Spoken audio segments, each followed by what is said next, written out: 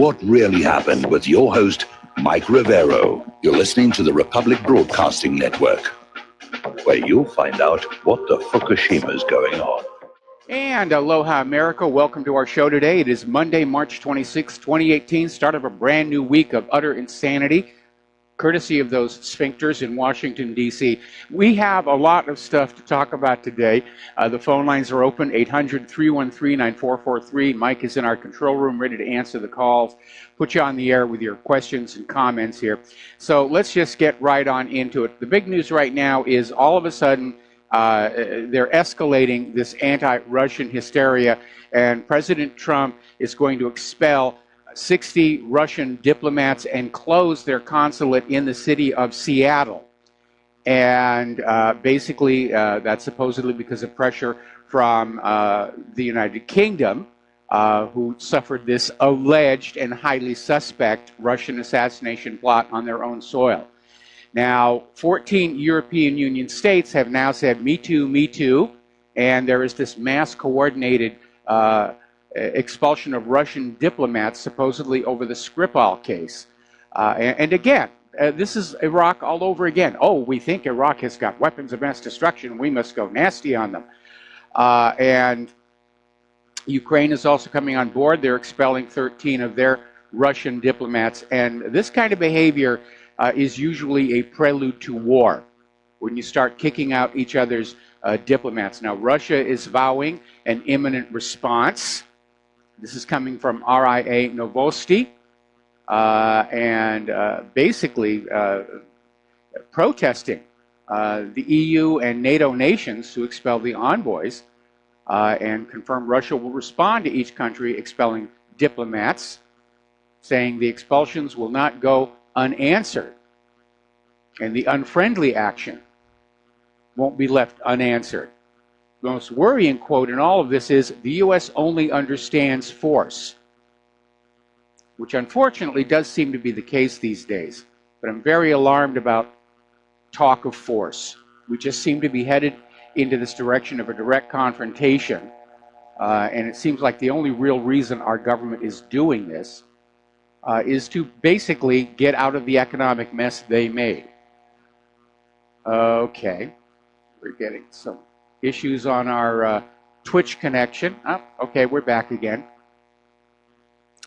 Now, Paul Craig Roberts is out there saying that Washington has declared hegemony or war.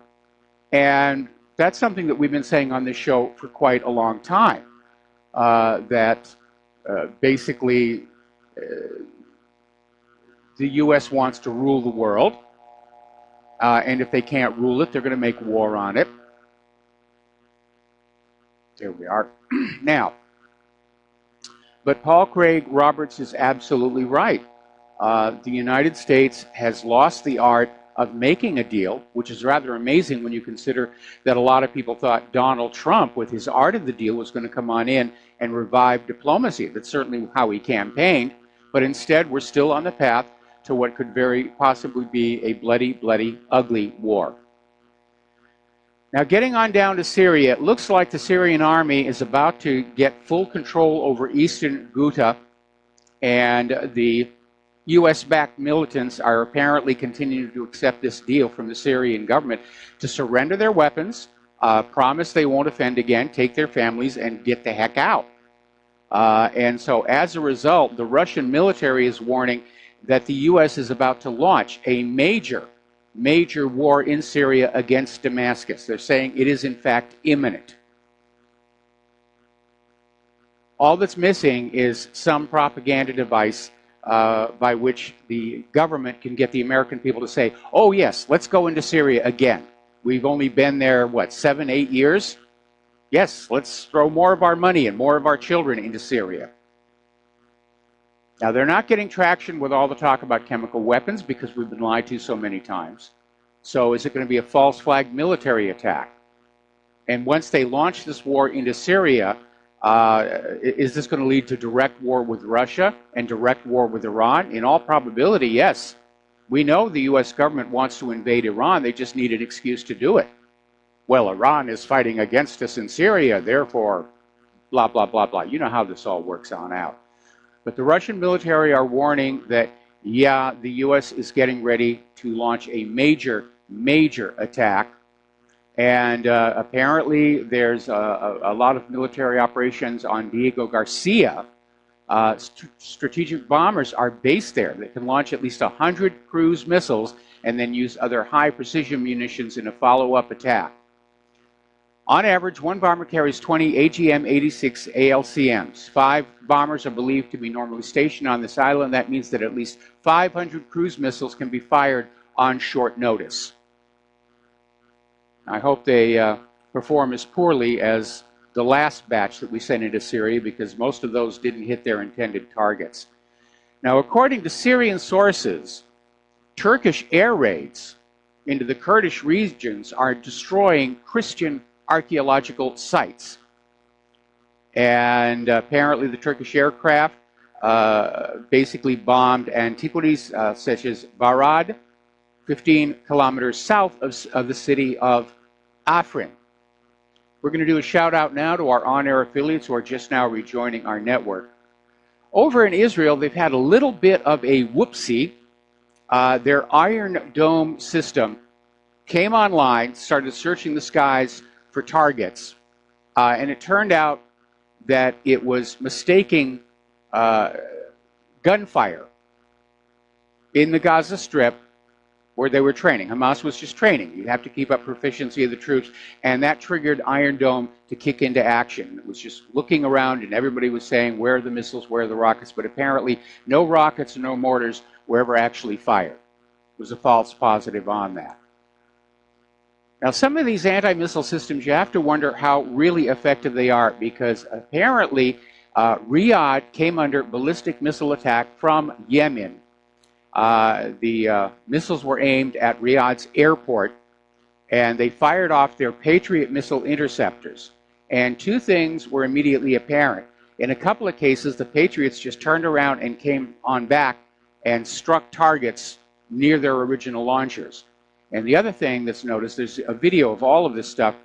Even when the Patriot intercepts the missile coming on in, it results in a huge mass of flaming wreckage coming down over an extended area.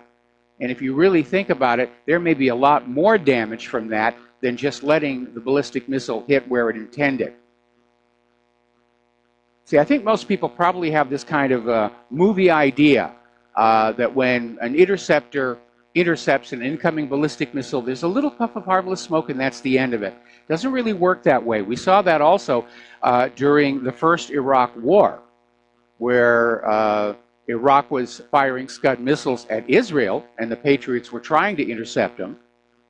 And even when they succeeded, it still resulted in all this flaming wreckage coming down over occupied territory. Now, apparently, Washington and Ankara have reached a deal where the U.S. forces are going to remain in Manbij while the Kurds are going to leave. The Kurdish forces will be forced to withdraw from Manbij, Raqqa, and eastern Euphrates after the occupation of Afrin by Ankara and allied militants. And apparently this agreement to extend the U.S. mission, Turkish mission, in Syria.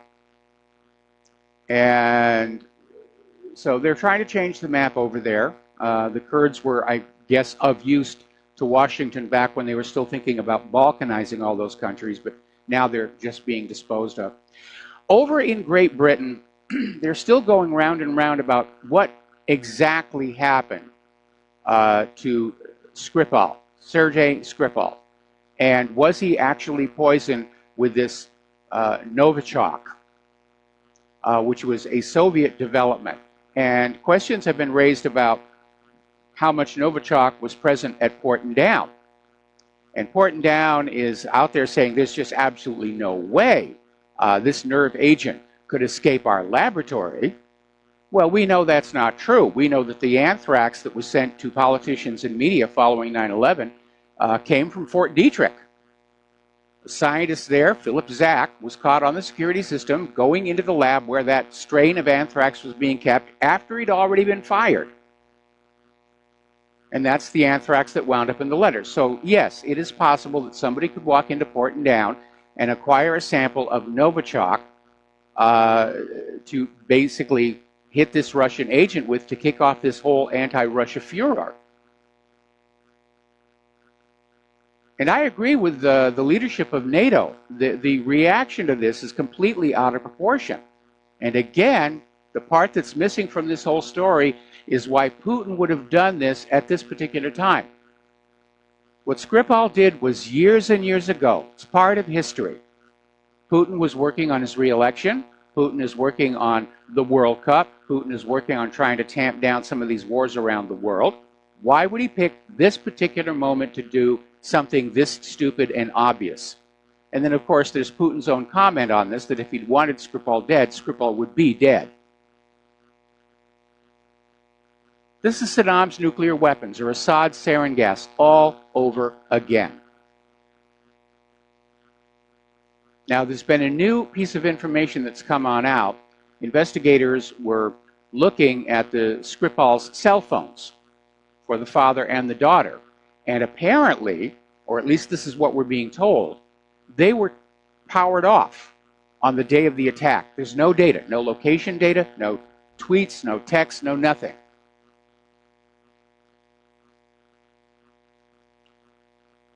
Now, were they powered off, or did somebody get to the cell phones and simply erase all the data? Now, over in France, President Macron is trying to cut their defense budget. And this has resulted in their military chief, 60-year-old Pierre de Villiers, basically resigning his position and saying that Macron is leaving France unprepared for future military necessities. Now, there's been an interesting development regarding Korea, North Korea. Apparently, Kim Jong-un took a train to Beijing for a surprise visit and meeting with high-level Chinese diplomats. And apparently, North Korea wants to move closer to China. And China might just be very, very receptive, because China's not feeling all that close with the United States of America at this particular point, over the issue of Taiwan, over the issue of the islands in the South China Sea. The problem with the U.S. government is they're making enemies all over the world all at the same time. And is our country really capable of making war on the entire planet all at the same time? We can't even handle the wars we've got. We're still mired in Afghanistan. We're still garrisoning Iraq, talking about staying in Turkey and Syria. We're not doing very well. Now would be the time to sort of start pulling back and consolidating the wars rather than go on out, especially when you consider that they're looking at going after military peers. The U.S. is really butch when it goes after little tiny countries with clearly inferior military forces. But going up against Russia or China, whole different story. Whole different story entirely. China, meanwhile, has launched a massive military drill in preparation for war. And apparently it involves those South China islands, it involves Taiwan. And the Air Force drills include H-6K bombers and Sukhoi 30 and Sukhoi 35 fighters, and have a very simple purpose. Air Force exercises are rehearsal for future wars and are the most direct preparation for war, the Chinese Air Force said on its Weibo account on Sunday. This is coming out of Reuters. So, little article that came on out from Zero Hedge, How the Military Controls America, and it's basically a rehash of the military-industrial complex. And it points out that defense contractors don't sell to consumers. They're not part of the consumer economy. These defense contractors like Lockheed Martin, they sell directly to the U.S. government. And they're totally dependent upon sales to governments for their profits, especially sales to the U.S. government, which they control because of heavy donations to members of Congress and the strategic awarding of subcontracts into the districts of congressmen who support the defense contractors. And this is exactly what Eisenhower warned us about the military-industrial complex, that it would break free of civil control and become a force and a power unto itself. And that's exactly what happened. And we live in a country where the military-industrial complex is willing to start wars and kill millions of people just to make a fast buck. And that kind of attitude seems to have spread to other parts of our society, such as a medical industrial complex that needs us all to be chronically ill to make a fast buck. Now, last night on 60 Minutes, former porn star Stormy Daniels did her interview saying Trump did this, Trump did that, and most people weren't paying attention. What they were paying attention to, her eyes were extremely dilated. And a lot of people are speculating that she was high as a kite on something. She was stoned during her 60 Minutes interview. More people are talking about that than her allegations against Donald Trump. Now, the U.S. has reached a trade deal with South Korea, where South Korea will voluntarily reduce the amount of steel they send to the United States. Mnuchin is hopeful of a trade truce with China. And as a result, the stock market is doing very well today. Last time I checked, the Dow was up by about 600. So the money junkies are happy with all of this. Story coming out of Russia today, pointing out that more European nations are asking to repatriate their gold. It's become a trend all across the EU. They want their physical gold back. They want it back from the Bank of England, the Bank of France, the New York Fed, and the other gold depositories. And according to this article, this basically signals that these European nations want to be in a position to issue a new value-based currency backed by gold in the event the euro starts to crumble. And the euro is under a huge amount of stress right now. Getting on back to the LIBOR, and I'm sure you remember the LIBOR rigging scandal. A lot of people are noticing that the spread between the 3-month LIBOR and the overnight interbank lending rate has risen to the highest level since the financial crisis. And this is viewed as a sign of rising financial stress. And there may be other dynamics at work that suggest the rise is not due to increased financial stress, but simple technical factors like the liquidation of commercial paper as part of the repatriation of overseas funds on the part of large American companies. They're pulling the money back in. They're trying to pull the money back in inside our own borders so it doesn't become a hostage to the coming war. Everyone's hunkering down here. Remington has finally officially filed for bankruptcy. I was hoping that the sudden surge in gun purchases following the latest gun grabber might save them. But again, as one of the callers into the show pointed out, the original Remington was a very fine weapon. And then they got bought out by a new owner who proceeded to value engineer the guns into something a little less than wonderful. I remember there was a few years ago where Remington had a real problem with rifles that would accidentally discharge if struck hard. And that's a real bad thing to have. And I think that may very well have been why Remington got into trouble. Nobody wants to buy an untrustworthy firearm. You want it to be safe. You don't want it to fire until you intend that it should fire. But they are basically filing for bankruptcy. Now, the filing allows Remington to stay in business and try to restructure its massive debt. And I wish them luck. You know, I really do. We're going to take a break for commercials, and we will be right back. Aloha, America. Welcome back to the show. We're going to take a couple of phone calls, starting with Kevin in West Virginia. Aloha, Kevin. Welcome to the show. What's on your mind? Hey, Mr. Mike. The things in D.C., the marches and the rallies in D.C. are on my mind, and this whole Second Amendment thing. I don't know if you've seen the pictures of David Hogg and his speech over the weekend, but wow, he's drunk on power. Or this whole for a young person to be in the spotlight. He's completely, like I said, drunk on power. And his little speech about how the power structure is shaking in the boots. My question is, why would the power structure be shaking when this is the same power structure that he's calling for us to turn our guns into? I mean, if Trump is so-called Hitler, like the liberals say they are, why would you turn your firearms into so-called Hitler? I'm confused on that logic. Well, obviously, so are they. And, of course, the liberal agenda is they want all guns banned so that they can continue carrying out the liberal agenda, which does involve a lot of intrusive behavior towards the individual citizen. But, you know, the argument doesn't make sense because from their point of view, it doesn't have to. It's just pure jingoism and slogans and emotional appeals. And they're hoping that people aren't going to think the matter through rationally. But they are desperate to disarm the American people.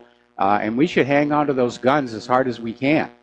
Because if they're treating us this badly while we're still armed, imagine how much worse it's going to be when we're helpless.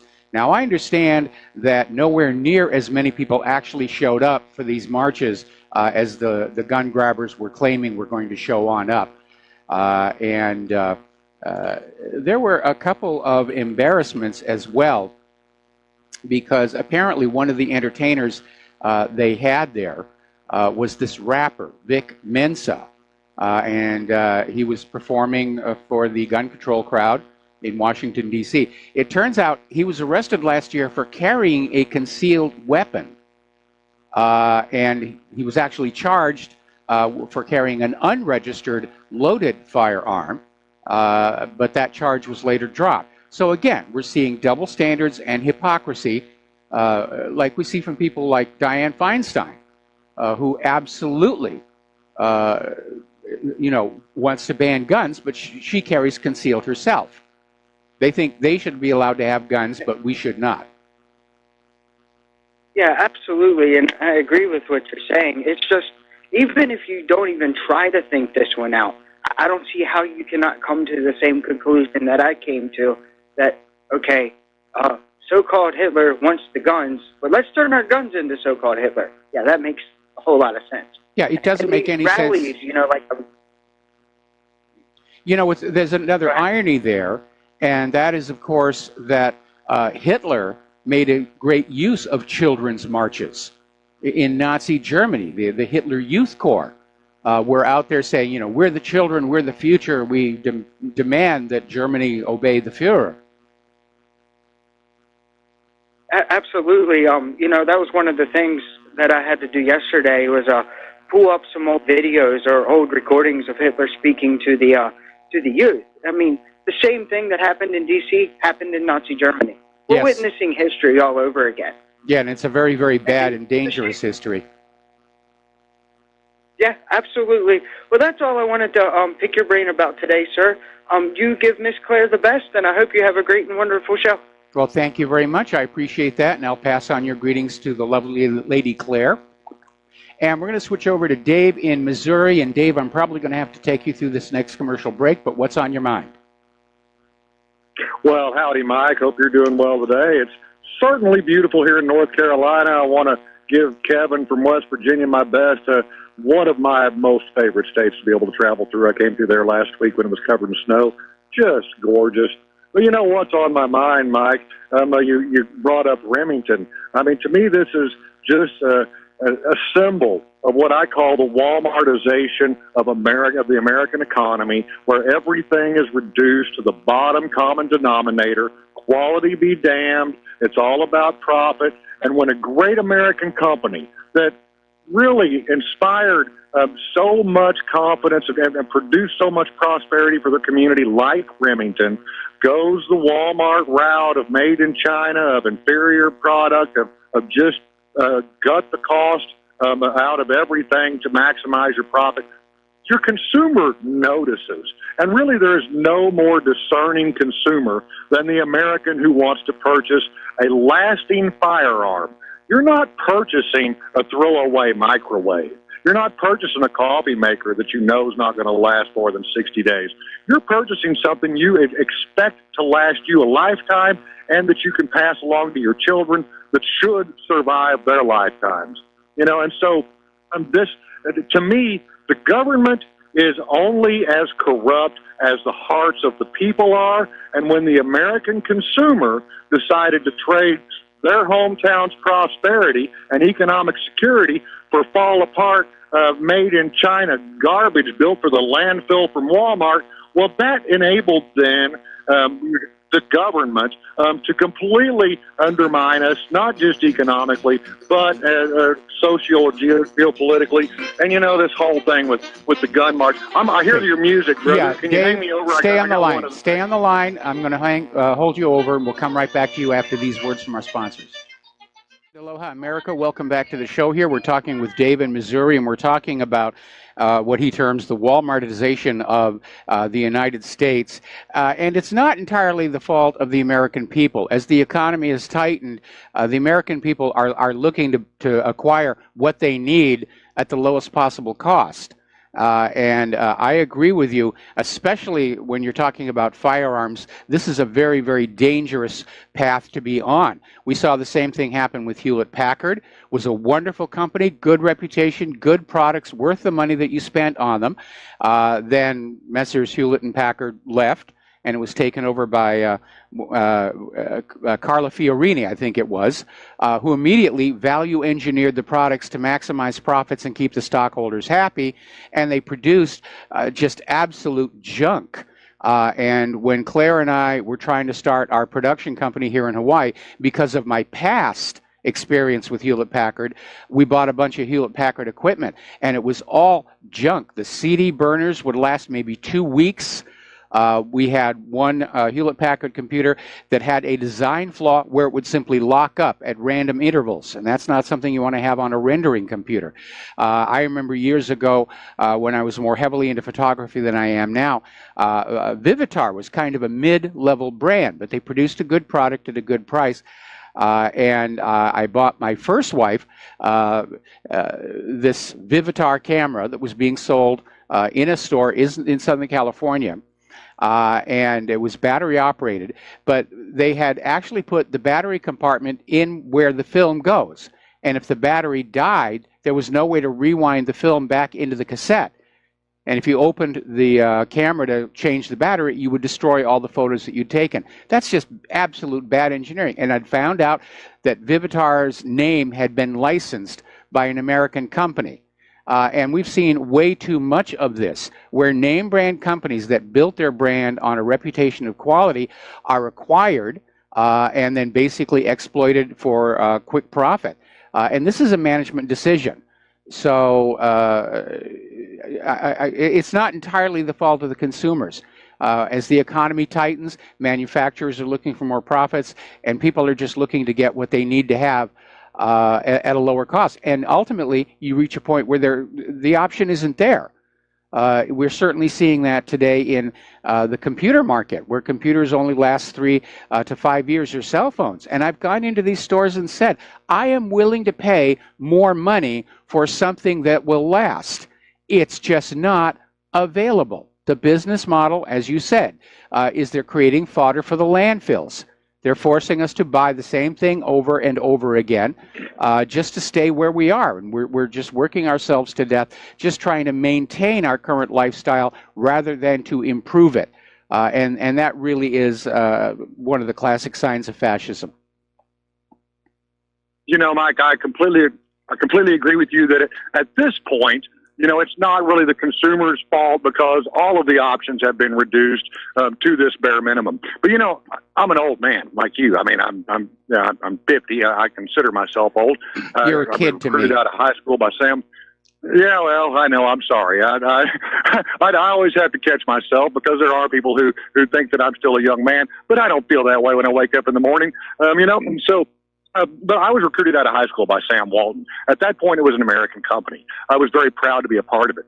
But what I've seen over the period of the late 80s, early 90s, as everything transitioned, Walmart bought Bill, the presidency. He signed NAFTA, GATT, WTO, normalized trade with communist China. Not 5 years after they were rolling the kids over with the tanks in Tiananmen Square. Had no military. Today we get to face a very formidable military purchased by Walmart shoppers for the communist Chinese. Now, we can maybe disagree about the nature of the communist Chinese, but what my point was that now the American consumer is in this position. They weren't there 30 years ago when they lined up to buy this cheap garbage at the expense of the factories in their own hometowns.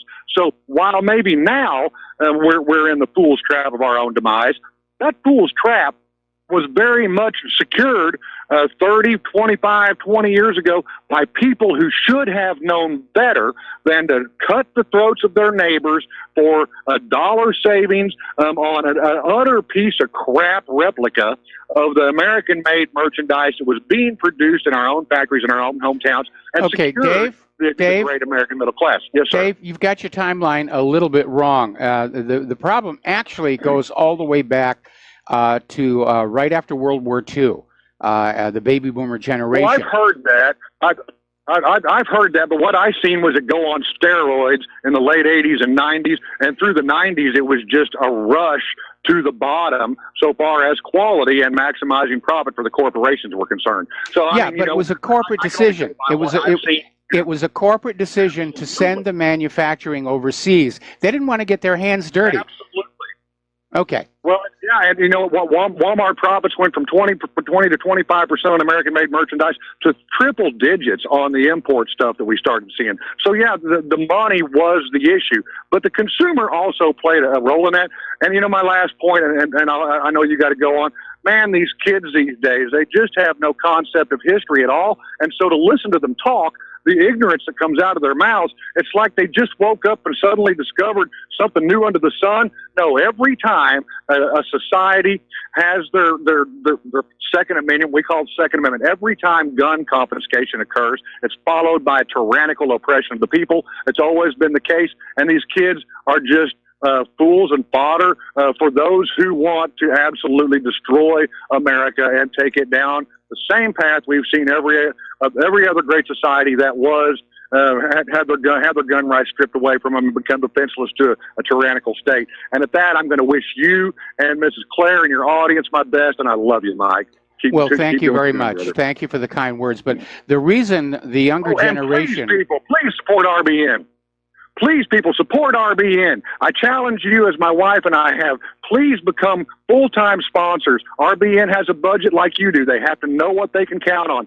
Please find a way to financially support RBN, especially now when the truth is under such assault. You're only going to hear it from Mike, and when Mike's gone, then what? So we have to support it if we want it to continue, and I'll let you go. I love you. Bye. All right, thank you very much, and thank you very much for those kind words. And yes, RBN, we both need your support. RBN does, whatreallyhappened.com. We're hanging on the edge here. Nobody's getting rich doing this. We're on the edge. We're losing sleep. This stuff actually keeps us up at night. It really does. Now, getting on back to what Dave was saying, the reason the younger generation are walking around apparently clueless about history is because the education system wanted them that way. And we all know about the evils of Common Core, where they actually made doing calculations in your head more difficult than methods that we older people learned in school.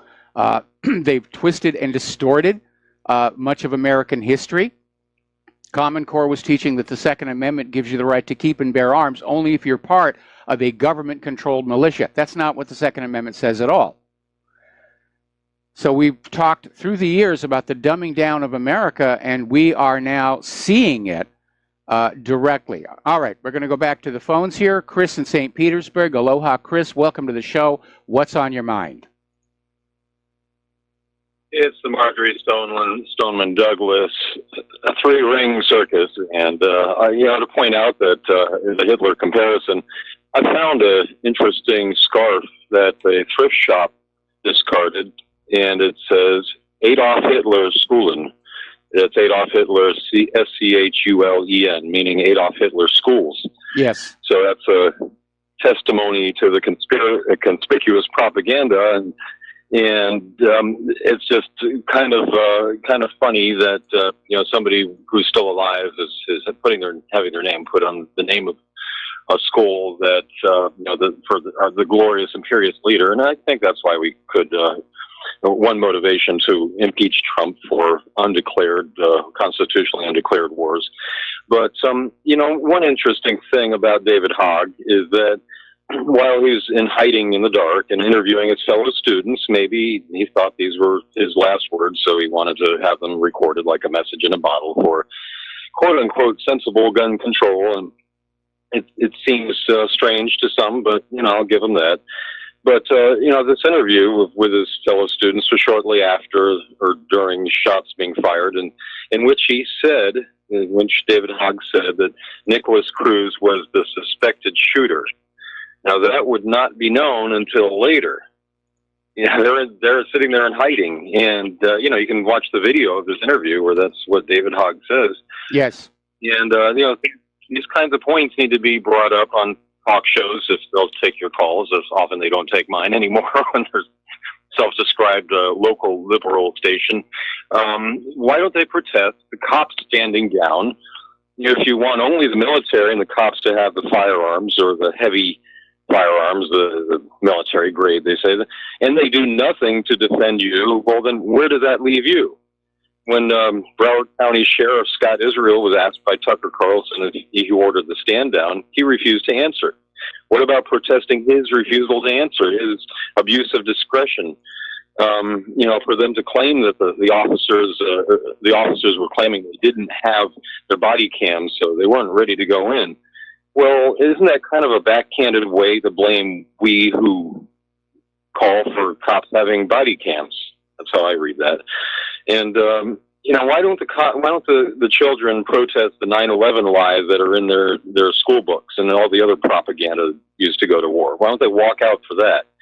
Why don't they protest the video of the pickup truck and the 4 cops who are removing evidence? The 2 cops that took to bring out that duffel bag, throw it in the back of the white pickup truck, and drive away.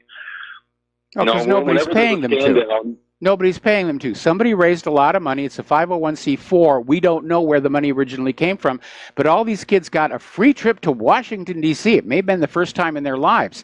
And so they're all excited. We're going to go to Washington. We're going to march. We're going to protest. And then we get to go visit the Smithsonian. Yeah, there's that motivation there. Whenever there's a stand down, there's definitely a conspiracy to deprive you of your money, your rights, your lives.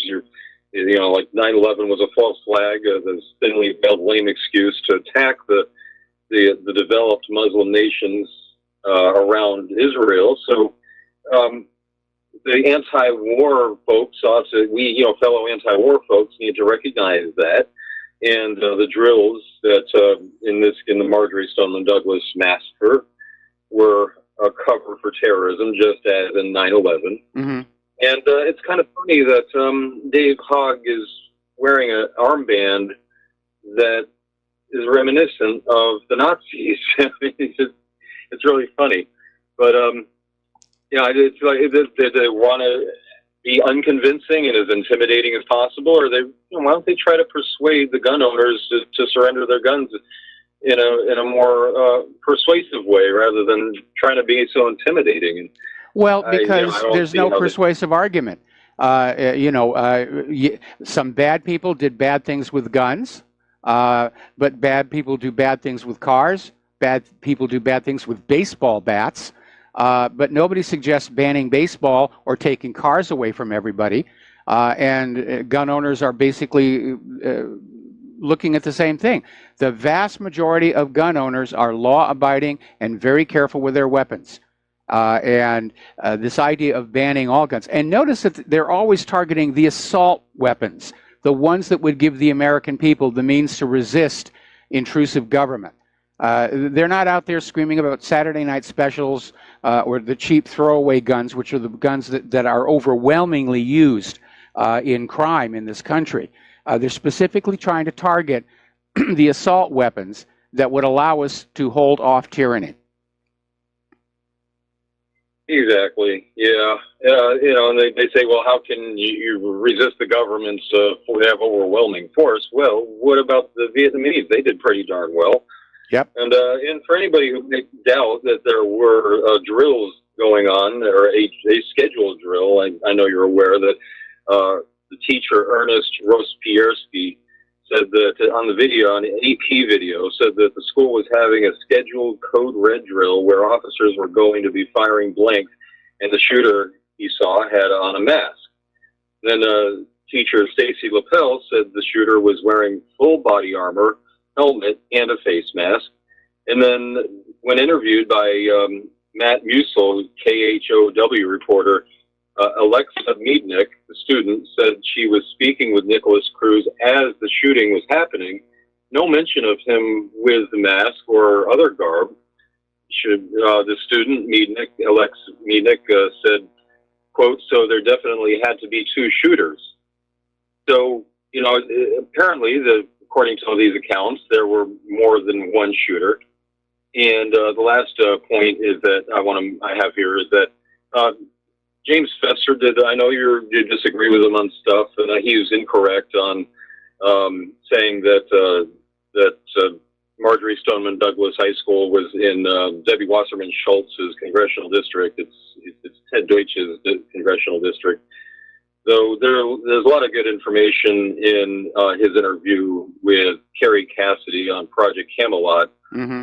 There's a good slideshow on that. So I wanted to refer folks to that. It's just so much. It's a mini documentary in itself. But I understand you have your differences. And well, I do. But again, sometimes he gets it right. We all know that Parkland was a staged event. Just like we know that Sandy Hook was a staged event, Columbine was a staged event.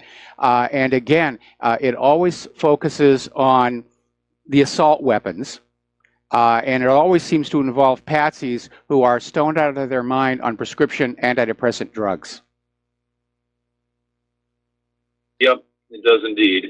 So, that's, for any acts of violence, it doesn't matter whether it's with any weapon or no weapon at all. There's always the antidepressant, anti-anxiety medications that they've either been on or they're coming off of, so they're suffering from withdrawals. There are so many sweet people who have been taking these, and then they become twisted and tortured and struggling to get off of them because they've never, and I know you've mentioned the same for yourself, and yep. All of a sudden you notice you're having nutty ideas to hurt yourself or other people, and you wonder, wow, that's amazing. I've never thought of this before. It must be the medications. So, what about the sensitivity for not just the gunshot victims, but those who are being tortured by these medications? Well, because the medications are making money. Anyway, Chris, I got to let you go. We got to do another break for commercials. We got another caller waiting on the line, and we will be right back. And aloha, America. Welcome back to our show. We're going to take another phone call. Scott in California. Aloha. Welcome to the show. What's on your mind? Well, Michael, you have touched upon several things today, one after the other. This thing about this gun control stuff, though. So yes, if anybody looks into it, scratches a little bit, you're going to see that these are staged events. And many of them, people are actually dying. And then it looks like they got kill teams going around, cleaning up inconvenient witnesses, if you will. But what has my attention in this is when you're talking with somebody who is an ideologue, where they got these ideas in their heads and you just can't shake them. Yep. I showed my cousin, who was a medical doctor with a PhD. I showed her the Robbie Parker video, trying to show her that this stuff is staged. The one where he's laughing, looking at his little cue card, and then going into character and talking about his dead daughter. Yep. I showed her that, and she didn't get it. And I went, wow. And then I reran it and showed it to her again. I said, don't you see that? And she didn't get it. I mean, I don't understand this, how people can look at something and not see it. it's just, but they're pulling out the stops for this one. You know, They really are. Well, it's so- called scotoma, which it means the mind sees what it wants to see. And there are, unfortunately, sadly, a great many Americans who just don't want to face up to what the U.S. government has become. And they're just caught in their own little world. And you're going to find it, unfortunately, mostly among the upwardly mobile people. They've got very comfortable lives. They don't want anything to disturb that at all. And they don't want to have to face up to that question of, our government has gone wrong. Should I do something about it? So that's basically what we're dealing with. They just have to ask. Yep. Hey, going over to this China stuff, I was living in China for a while some years back, and this friend of mine, she owned a little shop selling clothing, and she had brand new North Face jackets for $25. And they were perfect. And I said, well, how do you guys do this? I mean, I know this jacket. It's $190 in the States. And she said, well, the people who work at the North Face factory, they go around the corner when they're off shift, and they have the same equipment. They order from the same material suppliers, and they produce it. And you can tell that they're not real North Face because they're missing, I don't know, she pointed it out. It was like 3 little tags that are not there. And I went, wait a minute, man, but they were $25. Well, if they're making a profit at selling them for $25, who's making the money when they're over here in the States for $190? You know? Yeah. Well, again, that's one of the issues Trump has with China is the pirating of brands and the copying of intellectual property. And part of that is that consumers like to look for brands. They want to be hip, they want to have the latest, or they're going to buy a brand they think does represent quality. And it is a big problem. It is a big problem.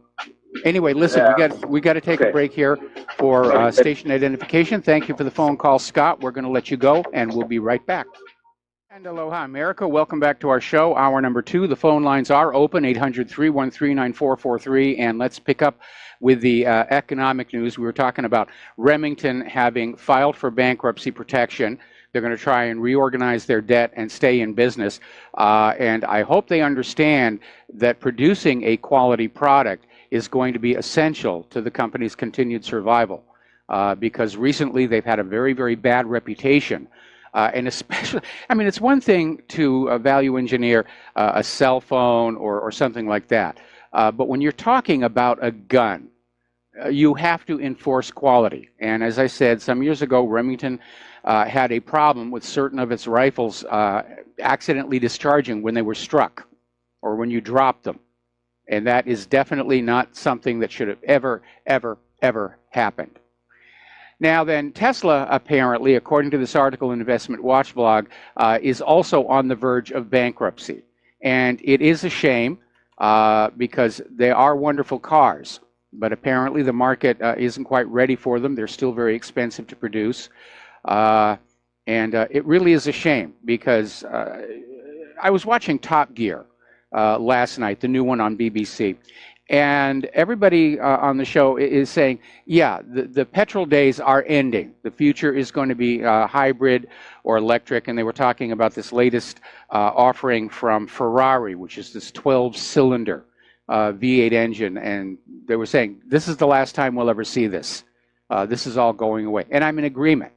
And when Claire and I had to get a replacement for our stolen Honda, we did try and look at hybrids or all-electric vehicles. They were unfortunately way out of our price range, and we did not want to take out a car loan because of what the economy is doing right now.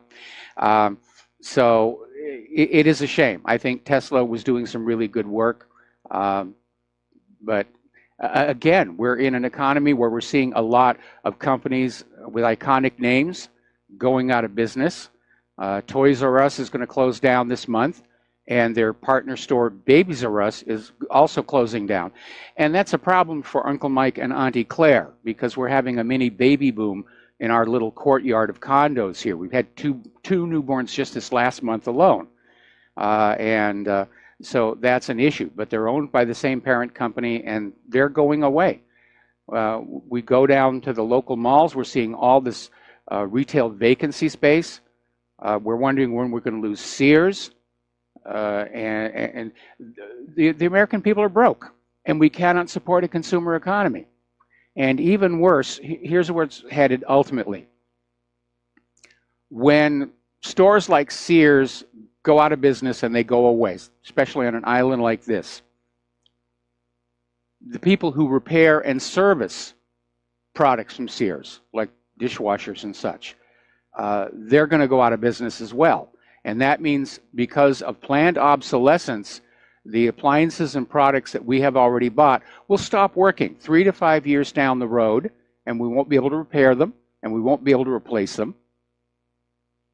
And we're basically seeing the fall of our civilization. Now, China all of a sudden is pouring huge amounts of investment into Sri Lanka.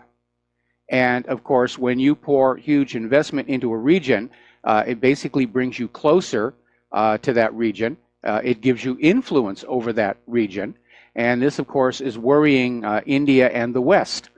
How dare China move in on Sri Lanka? That's supposed to be part of the American empire. Okay, let's take some more phone calls. Dustin in New Jersey, aloha. Welcome to the show. What's on your mind?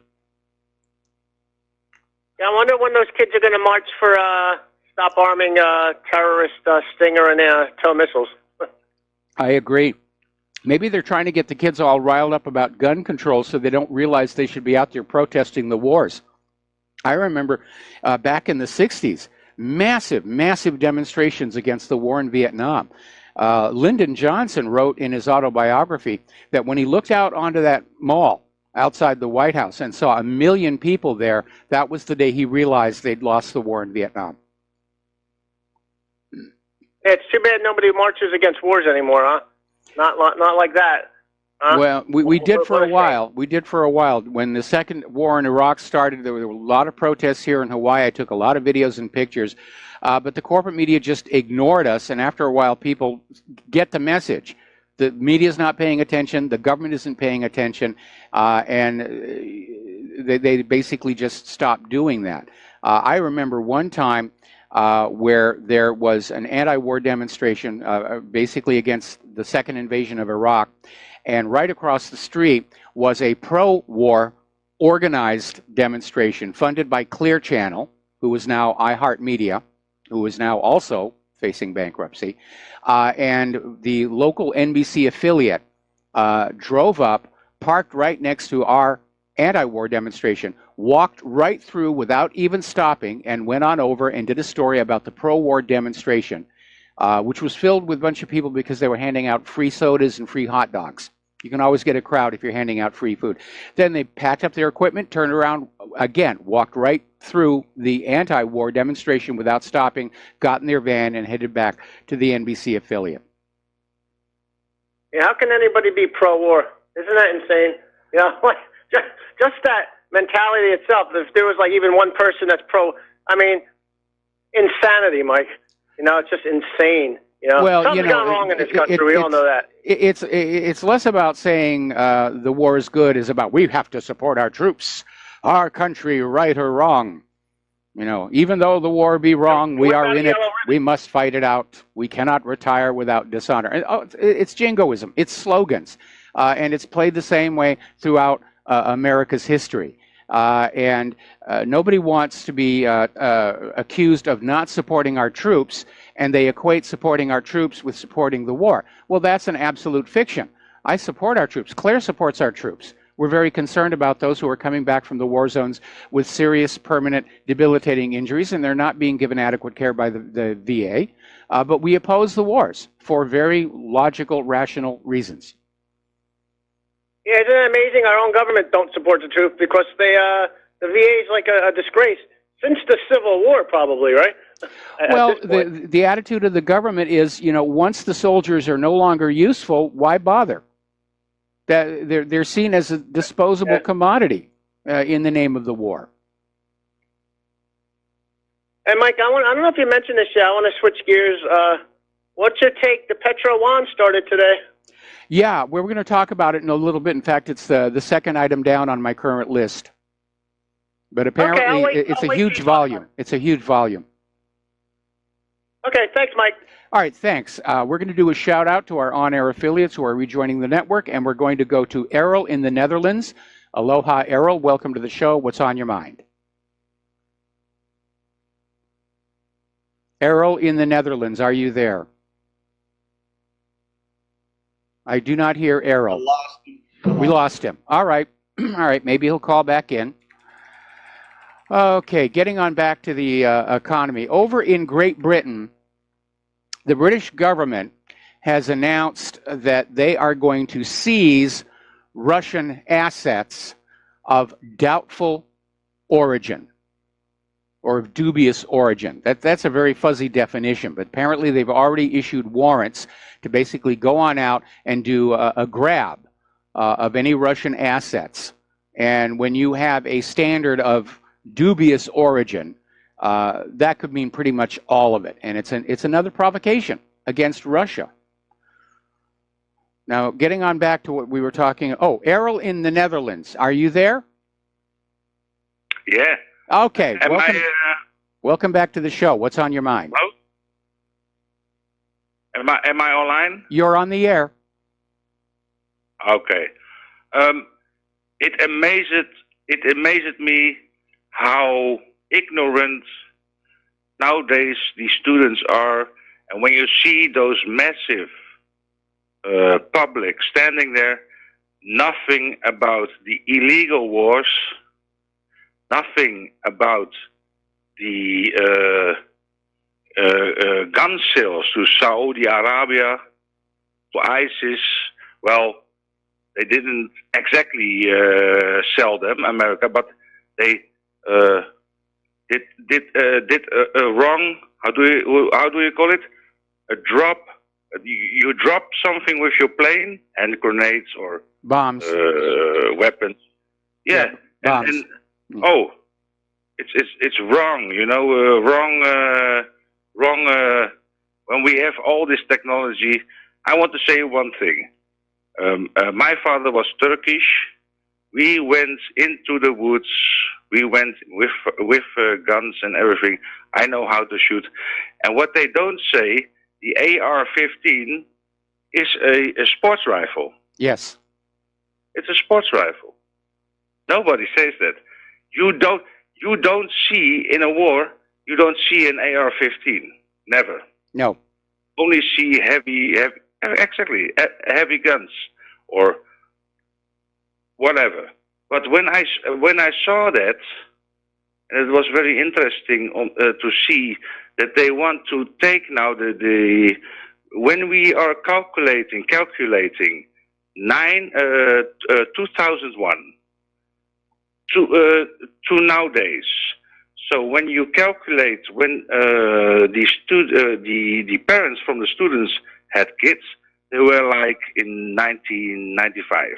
So they are 4, 5, like, you know, you can calculate. So now they are going to brainwash them. So like, oh, guns are the problem. Well, I can say to you, in the future, maybe I am a problem. You know why? I did fighting sports. Maybe a human will become a problem. When you do fighting sports, it's also a weapon. Yes. So they have no idea what a weapon is. The only thing what I see now happening is they want to take away the Second Amendment. And anyways, when I want to have a gun, I can go anywhere where I want. I can have a gun. Huh? Yes. No problem. I can have a gun. Doesn't matter. And they don't say nothing about it, about the SSRIs. Nothing about the pills that these people, the most of them that are involved in these shootings, they are on SSRIs. They are mostly between 20 and 30 years old, not above that. When you calculate that, yes. 20 years, 30 years. So, what is your take on that? Well, again, I grew up in a gun culture. When I was young, I even built black powder firearms. This idea that you can be safe by being disarmed is nonsense. All you need to do is look at any tyranny in history, like the Soviet Union under Stalin or Germany under the Nazis, and realize that disarming makes you a victim of the government. And these kids going around saying they have a right to safety. And by the way, I've read the Constitution. There's no right to safety listed in there anywhere. If you want to be safe, then you need to be armed and prepared to defend yourself. Because as Parkland demonstrated, you cannot count on the police to come in and help you. Yeah. And that's a fact. And I saw nothing from that, and they were crying. One was, have you seen that one that was puking? Yeah, yeah, I heard about that. She was on stage and she was puking. I was like, do you, I don't say it, beep on your own, beep, beep? Yeah. She was puking. I was like, what is this for performance? This was really staged. And I want to say, this is the last thing, I'm going to hang up. And thank you for taking my call. This was, this is an, how do you call it? A learning phase for the old generation to see how the new days students are brainwashed. This is total brainwashing. Hey, and many of them have never handled a gun, shot a gun, or do not understand what protection is. No, a lot of these people that are out there talking about banning guns, it's very obvious.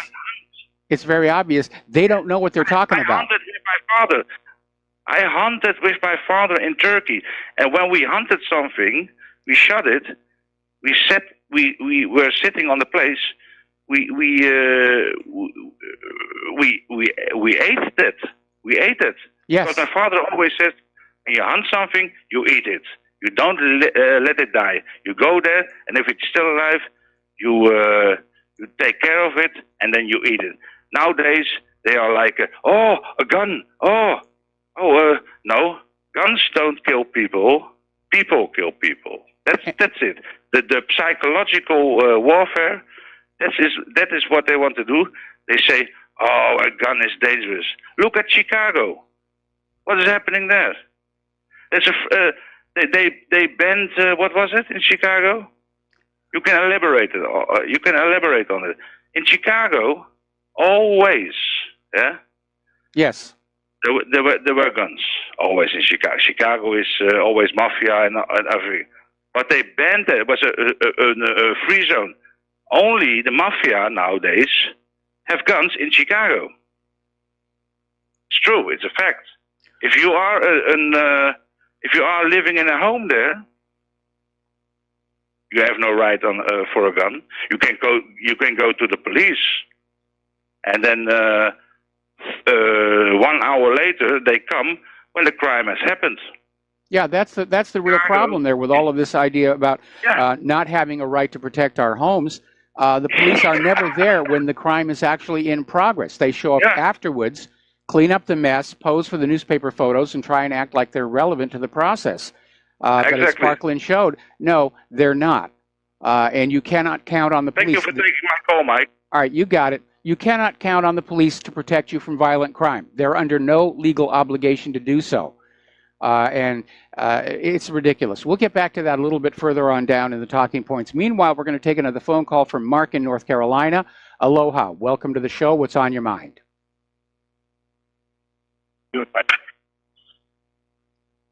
Mark, are you there?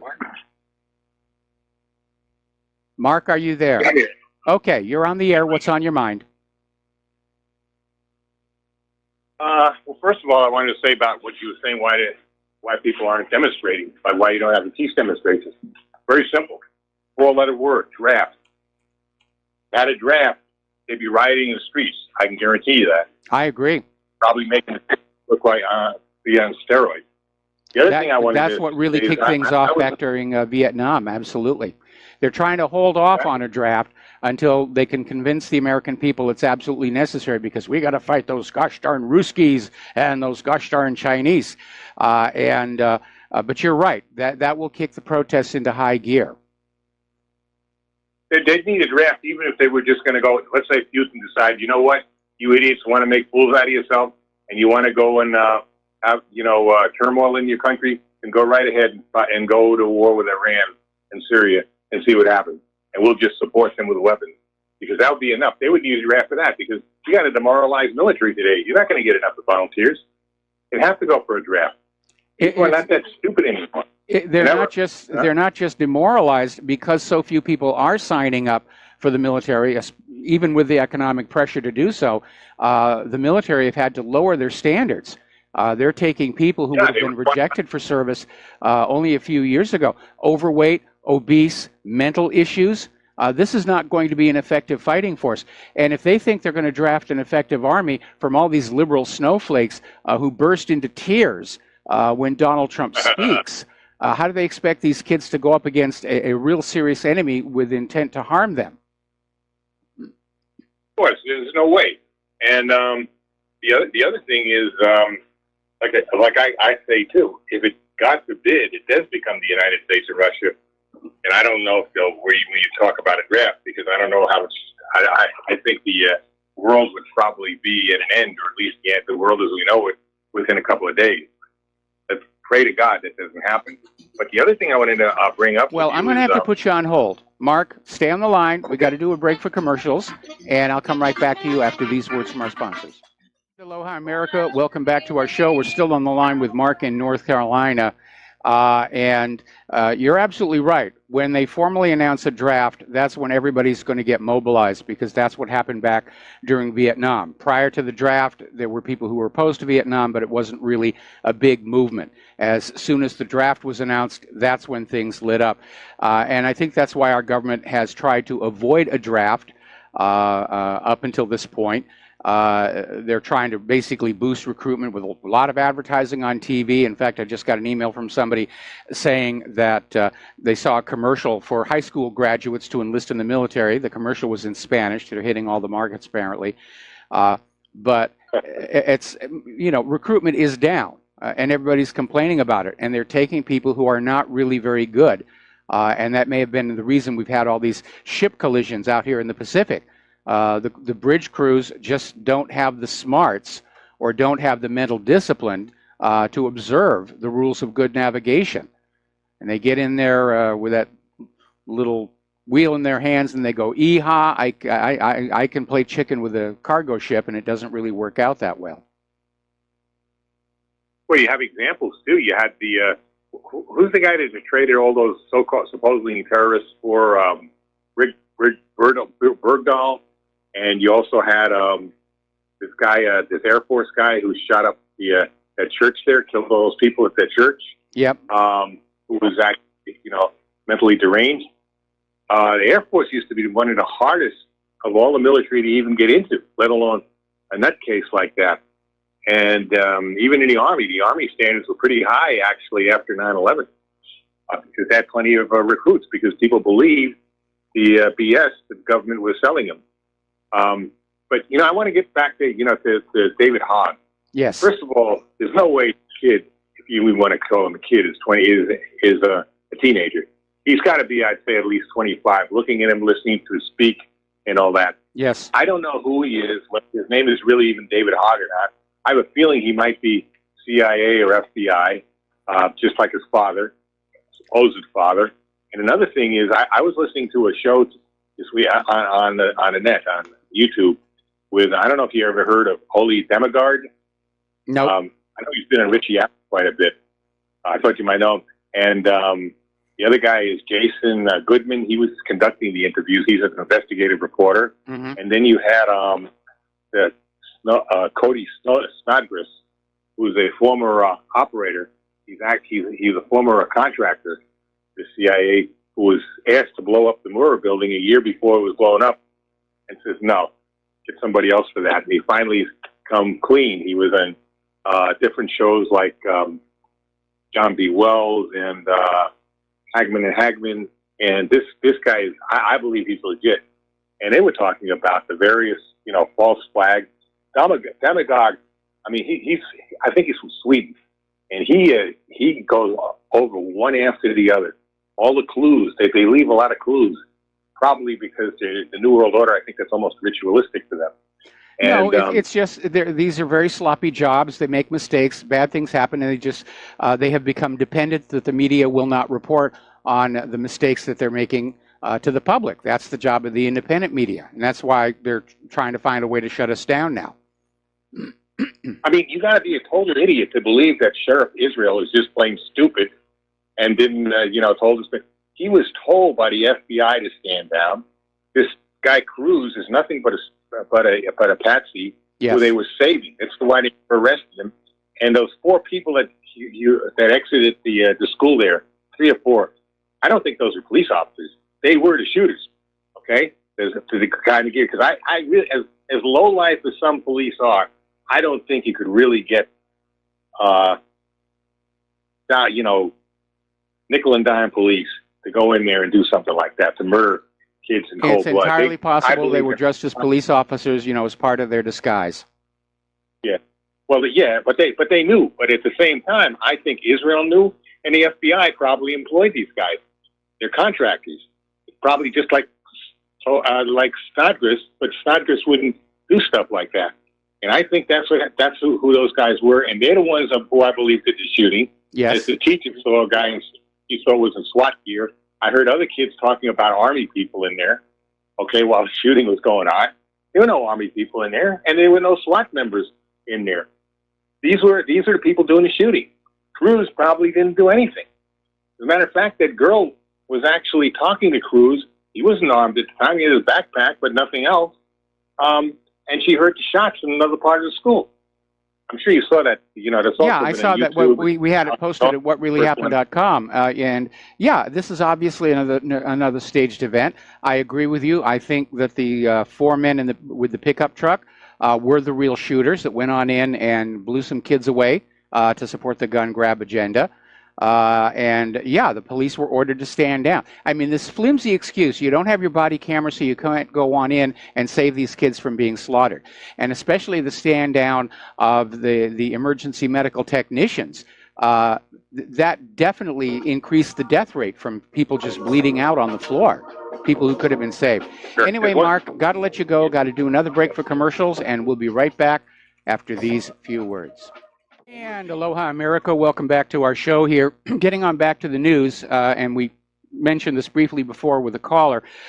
China has launched its yuan-denominated crude oil futures. It launched overnight in Shanghai with 62,500 contracts traded in aggregate.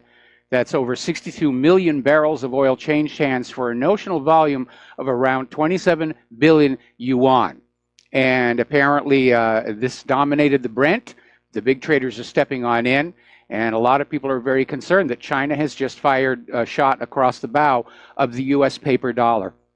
Meanwhile, in Hollywood, my old stomping ground, they've had a pretty bad season. They've had the worst March in recent memory. They're pinning their hopes on Steven Spielberg's Ready Player One, which opens Thursday, the eve of Easter weekend. Now, March is not really a time when you put out the blockbusters. The blockbusters come out summer season and over the Christmas season. But the reality is that Hollywood has become a liberal propaganda machine. And if it's not propagandizing liberalism, it's remaking movies we've already seen several times before, coupled with the fact that people just don't have the money to pay for entertainment. And yeah, Hollywood's in trouble. And in one way, Hollywood kind of did it to themselves because they went through their own version of McCarthyism, where really creative people who dared to think independently, were basically driven out of the industry. And so now it's a bunch of liberal groupthink, and what they're putting out is really not very good entertainment at all. And that's why films being made in other countries are doing so much better. Hollywood used to dominate the film industry around the world. Now it's just another player.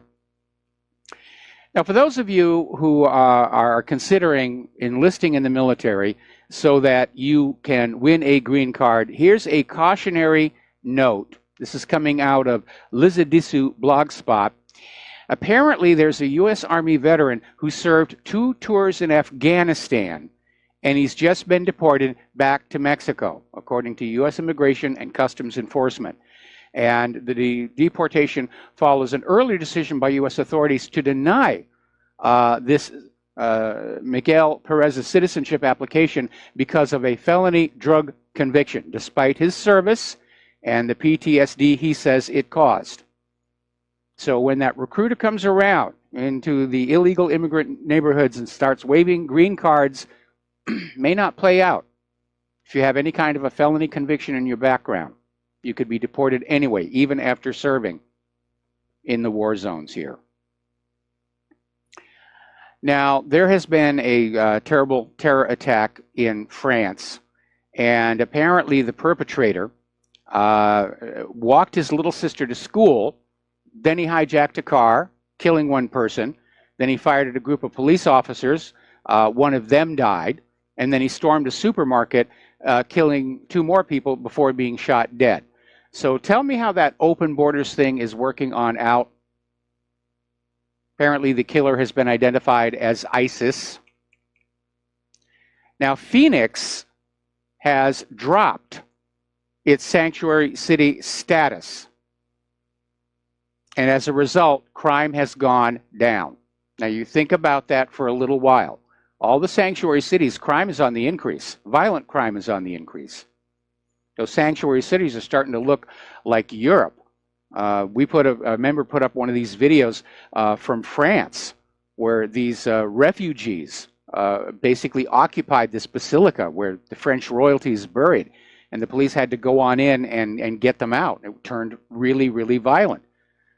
All around us, with our eyes, we can see how this culture shock, clash of civilizations is not working on out. And still you have people like Soros and Merkel who are saying open borders are a good thing. Open borders are a good thing. So a bunch of women in Sweden are being raped. I mean, really, you guys are just so picky. It's a small price to pay for the one world government. The European Union is under tremendous stress, and a lot of it's the refugees. A lot of it is the predatory nature of the European Central Bank. And apparently Brexit is causing stress among the various member nations that want to break free from the European Union common to protect their own economies from a potential hard exit.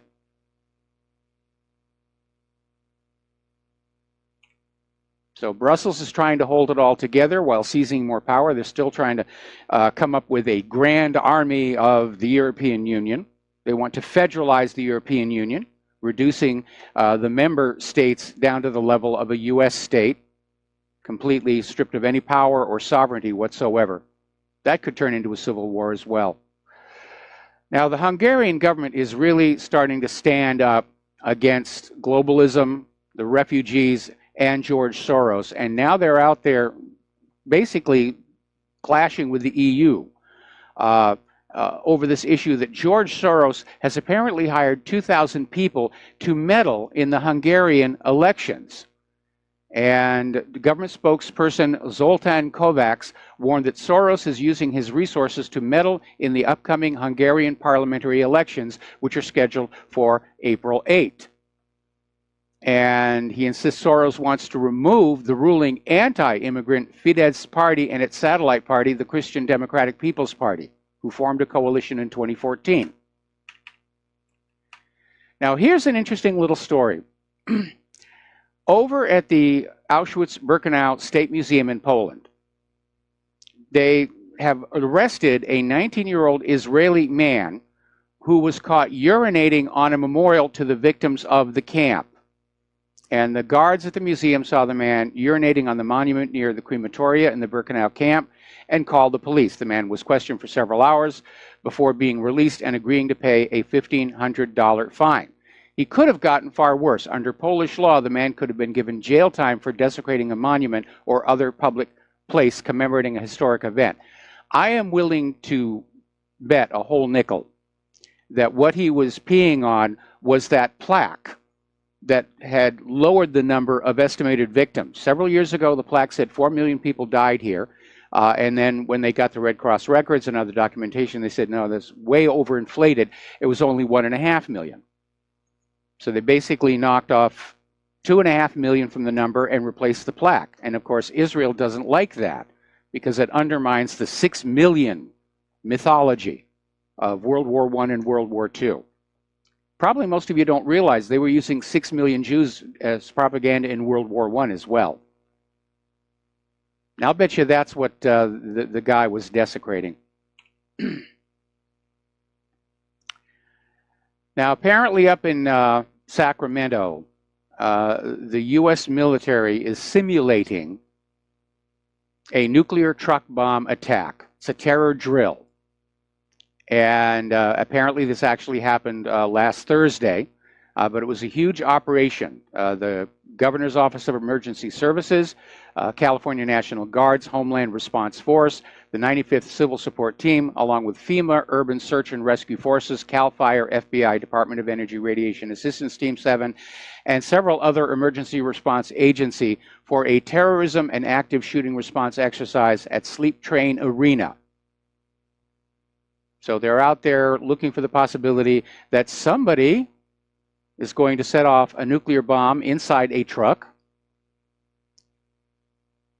Is that going to be the false flag to launch the war against Iran or Russia or North Korea? Because they're not getting traction just with horror stories about sarin gas or Novichok.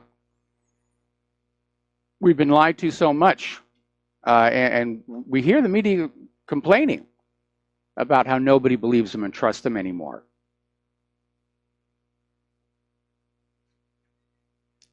Same thing with the government. I mean, the confidence in the government's at an all-time low. Trust in the government is at an all-time low. It really is. Yeah, if they're going to move the war forward, there has to be a new 9/11, possibly a virtual 9/11, or there has to be a chemical weapon attack, or even a low-yield nuclear weapon. And remember, they were talking just a couple of weeks ago about how some international player was thinking about setting off a low-yield nuclear weapon. Now, apparently, this is funny. This is actually funny. There was at Portland State, there was this get-together, and during the course of the discussion, somebody just happened to mention that, you know, men on average are taller than women. And apparently this liberal snowflake who dyed her hair green got all upset by that. You can't say that. That's unequal. I'm sorry, it's the reality. On average, men are taller than women. On average, men are stronger than women. That's the reality. And part of the problem we have with liberals is they get an idea into their head and they think that's the real world. And they get very upset with anybody who wants to challenge their fantasy, break their little bubble. It was actually quite funny to see. And she was removed from the meeting there. But again, does our Defense Department really think they're going to draft this kind of people and make an effective fighting force? Or are they only going to draft the children of conservatives? Story here where apparently 24 states are now pursuing free speech bills to protect conservative speakers from left-wing bullies and liberal authoritarians. The pushback is starting to happen. For months now, we've been seeing all these stories where conservative speakers invited to speak at a college and university, and the liberals just go, oh, can't do it, give me Play-Doh, give me bubble wrap, and they just go wacko bananas. And free speech means free speech. And the measure of your commitment to that First Amendment is if you support the right to freedom of speech of somebody who's saying something that you don't agree with. It's very easy to say, yeah, I believe in freedom of speech when the person speaking says things you like. There used to be an old saying, you know, I reject what you're saying, but I will defend to the death your right to say it. That's what we need to have here. And apparently, this just gets better and better. Natural news. Apparently, a pro-life group called Created Equal has acquired undercover video footage that appears to show an abortion clinic worker transporting dead babies in a passenger car and then transferring those dead bodies to a Stericycle waste truck for recycling and disposal. This is a gross violation of state law. I mean, aborted babies technically are medical waste, and there are strict rules on how you handle medical waste. You don't just throw them in a trash truck. All right, so let's get on back to that March for Our Lives, because there's a lot of people out there talking about this thing. First of all, they're estimating, at least according to CBS, 200,000 people attended the March for Our Lives gun control event in Washington, D.C. That's far short of the 500,000 the organizers of the event expected, and 600,000 less than initially reported by many news outlets. They were trying to basically inflate the numbers. It's almost 1 million people. It's almost 1 million people. That's how important this is. And like I said before, Adolf Hitler used youth marches to shape the opinion of the German people.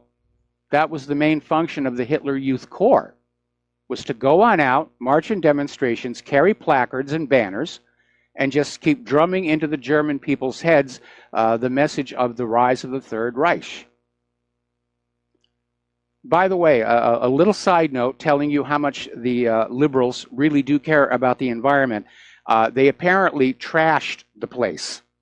When it was all over, they literally left tons of trash for somebody else to clean up. It's funny, you can count on a liberal to scream about human-caused global warming, and, you know, we've got to preserve the environment, and we've got to save the polar bears and the rest of it. But when they're actually out there on the street doing what they're doing, they just drop their trash like, you know. And they expect somebody else is going to clean up the mess. And unfortunately, yes, somebody else did have to clean up the mess. CNN is out there wringing their hands and saying, we keep shouting about gun control, but no one cares. Wrong, CNN. We do care. We understand what the real agenda behind gun control is.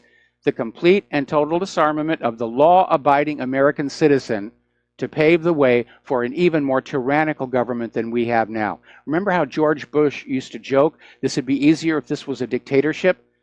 That tells you that's what's going on inside their heads. Now, at the March for Life, kids are out there pushing this idea. We have a right to feel safe, and our right to feel safe trumps your right to own a gun. Well, there are two things wrong with that. First of all, I've read the Constitution. There's nothing in there about a right to feel safe. Feeling safe is a personal responsibility. And again, as Parkland demonstrated, you cannot count on the police to intervene when there's a shooting or somebody runs a red light and hits people on the pedestrian crosswalk, or takes a baseball bat and beats somebody to death over a girlfriend, which happened last week. The police aren't going to be there. If you want to feel safe, learn to handle a firearm safely and keep yourself safe.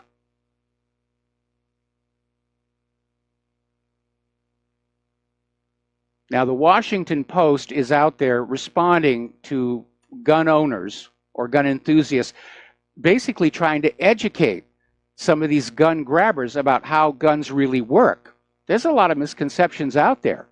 Remember that, I think this was about a year ago, somebody came on out declaring that it was possible to convert an airsoft gun into a real working .223 assault rifle. That's how ridiculous this is. And so gun owners and enthusiasts were trying to say, let me actually tell you how guns really work and dispel some of the mythology. And the Washington Post is now saying that gun enthusiasts are bullying anti-gun leftists. They're calling it gunsplaining. You shouldn't do that. Don't you dare try and educate. the gun grabbers about how guns really work. That's a bad thing now, according to the Washington Compost. We got to take another break for commercials, and we'll be right back. Aloha, America. Welcome back to our show here. And during this march, March for Life, and if they want to march for life, why aren't they marching against abortion?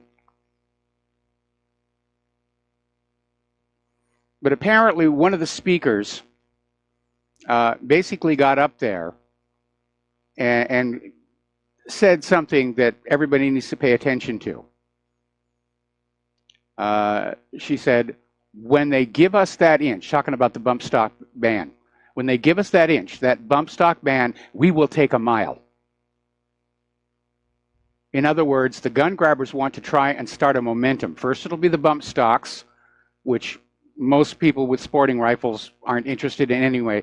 Then it'll be something else. I mean, if you look at some of the ridiculous laws they have out there, limiting the number of rails you have on the foregrip, where people who are into sporting rifles, they like to put things like flashlights. They want to limit that. They want to take away the pistol grips. I mean, some of it is just downright silly. But again, notice the focus is always on the sporting rifles. The sporting rifles and the high-capacity magazines, because these are the weapons that in the hands of the American people can deter oppressive government. And that is the real reason for the Second Amendment. The Second Amendment wasn't about a right to own guns. Back when it was written, everybody had guns. People survived during the winter by hunting. They protected their homes with firearms. Having a gun was just an automatic thing. The Second Amendment was about reserving to the American people the means to hold off oppressive government. And there have been a couple of Supreme Court decisions that have reaffirmed that the Second Amendment guarantees to the American people the same weaponry that is in the hands of the uniformed services, in the hope that government will just decide to mind its own business. Because as I've said before, when you look at how abusive government is of us now, when we are all still armed, just imagine how much worse it's going to be when we're all helpless and unable to fight back. Now, Senator Marco Rubio is telling students he does not agree with the March for Our Lives. Rick Santorum is saying, don't march, learn CPR. Learn something useful. Apparently, Bataclan survivor Jesse Hughes slams David Hogue and other leftist operatives as pathetic and disgusting, vile abusers of the dead. I think that's pretty much accurate. That's what the gun grabbers do. They wave the bloody shirts to grab the guns, even if they have to make the bloody shirts, which seems to be happening. Now, interestingly enough, over in North Carolina, in Buncombe County, there is a Democratic candidate for sheriff who is actually campaigning on the idea of simply killing gun owners to confiscate their weapons. And he's trying to make it a joke, saying that, you know, people who say, you can have my gun when you pry it from my cold, dead hands, he said, fine, let's turn them into cold, dead hands. He's saying, okay, yeah. All right, we got to take a break for station identification. We'll be right back. Aloha, America. Welcome back to our show, hour number 3 here. And this is a story that's just now breaking, coming out of the Columbian Post. It turns out David Hogue was not even at the Marjorie Douglas Stoneman High School during the actual shooting. And he basically, this was exposed in a CBS video documentary. And Hogue says he was at home and said that when he heard the shooting was happening, he grabbed his camera and headed to the school so he could get footage of the events to advance his aspiring future career in journalism. And so he wasn't even there. And the problem is this directly contradicts what Hogue told Time magazine, where he said he was in this environmental class. Let me see if I can find it again. This just, yeah. Hogue claimed that he heard a pop while sitting in an AP environmental science class, and he told the teacher it sounded strangely like a gunshot. So we've got this guy just flat out lying.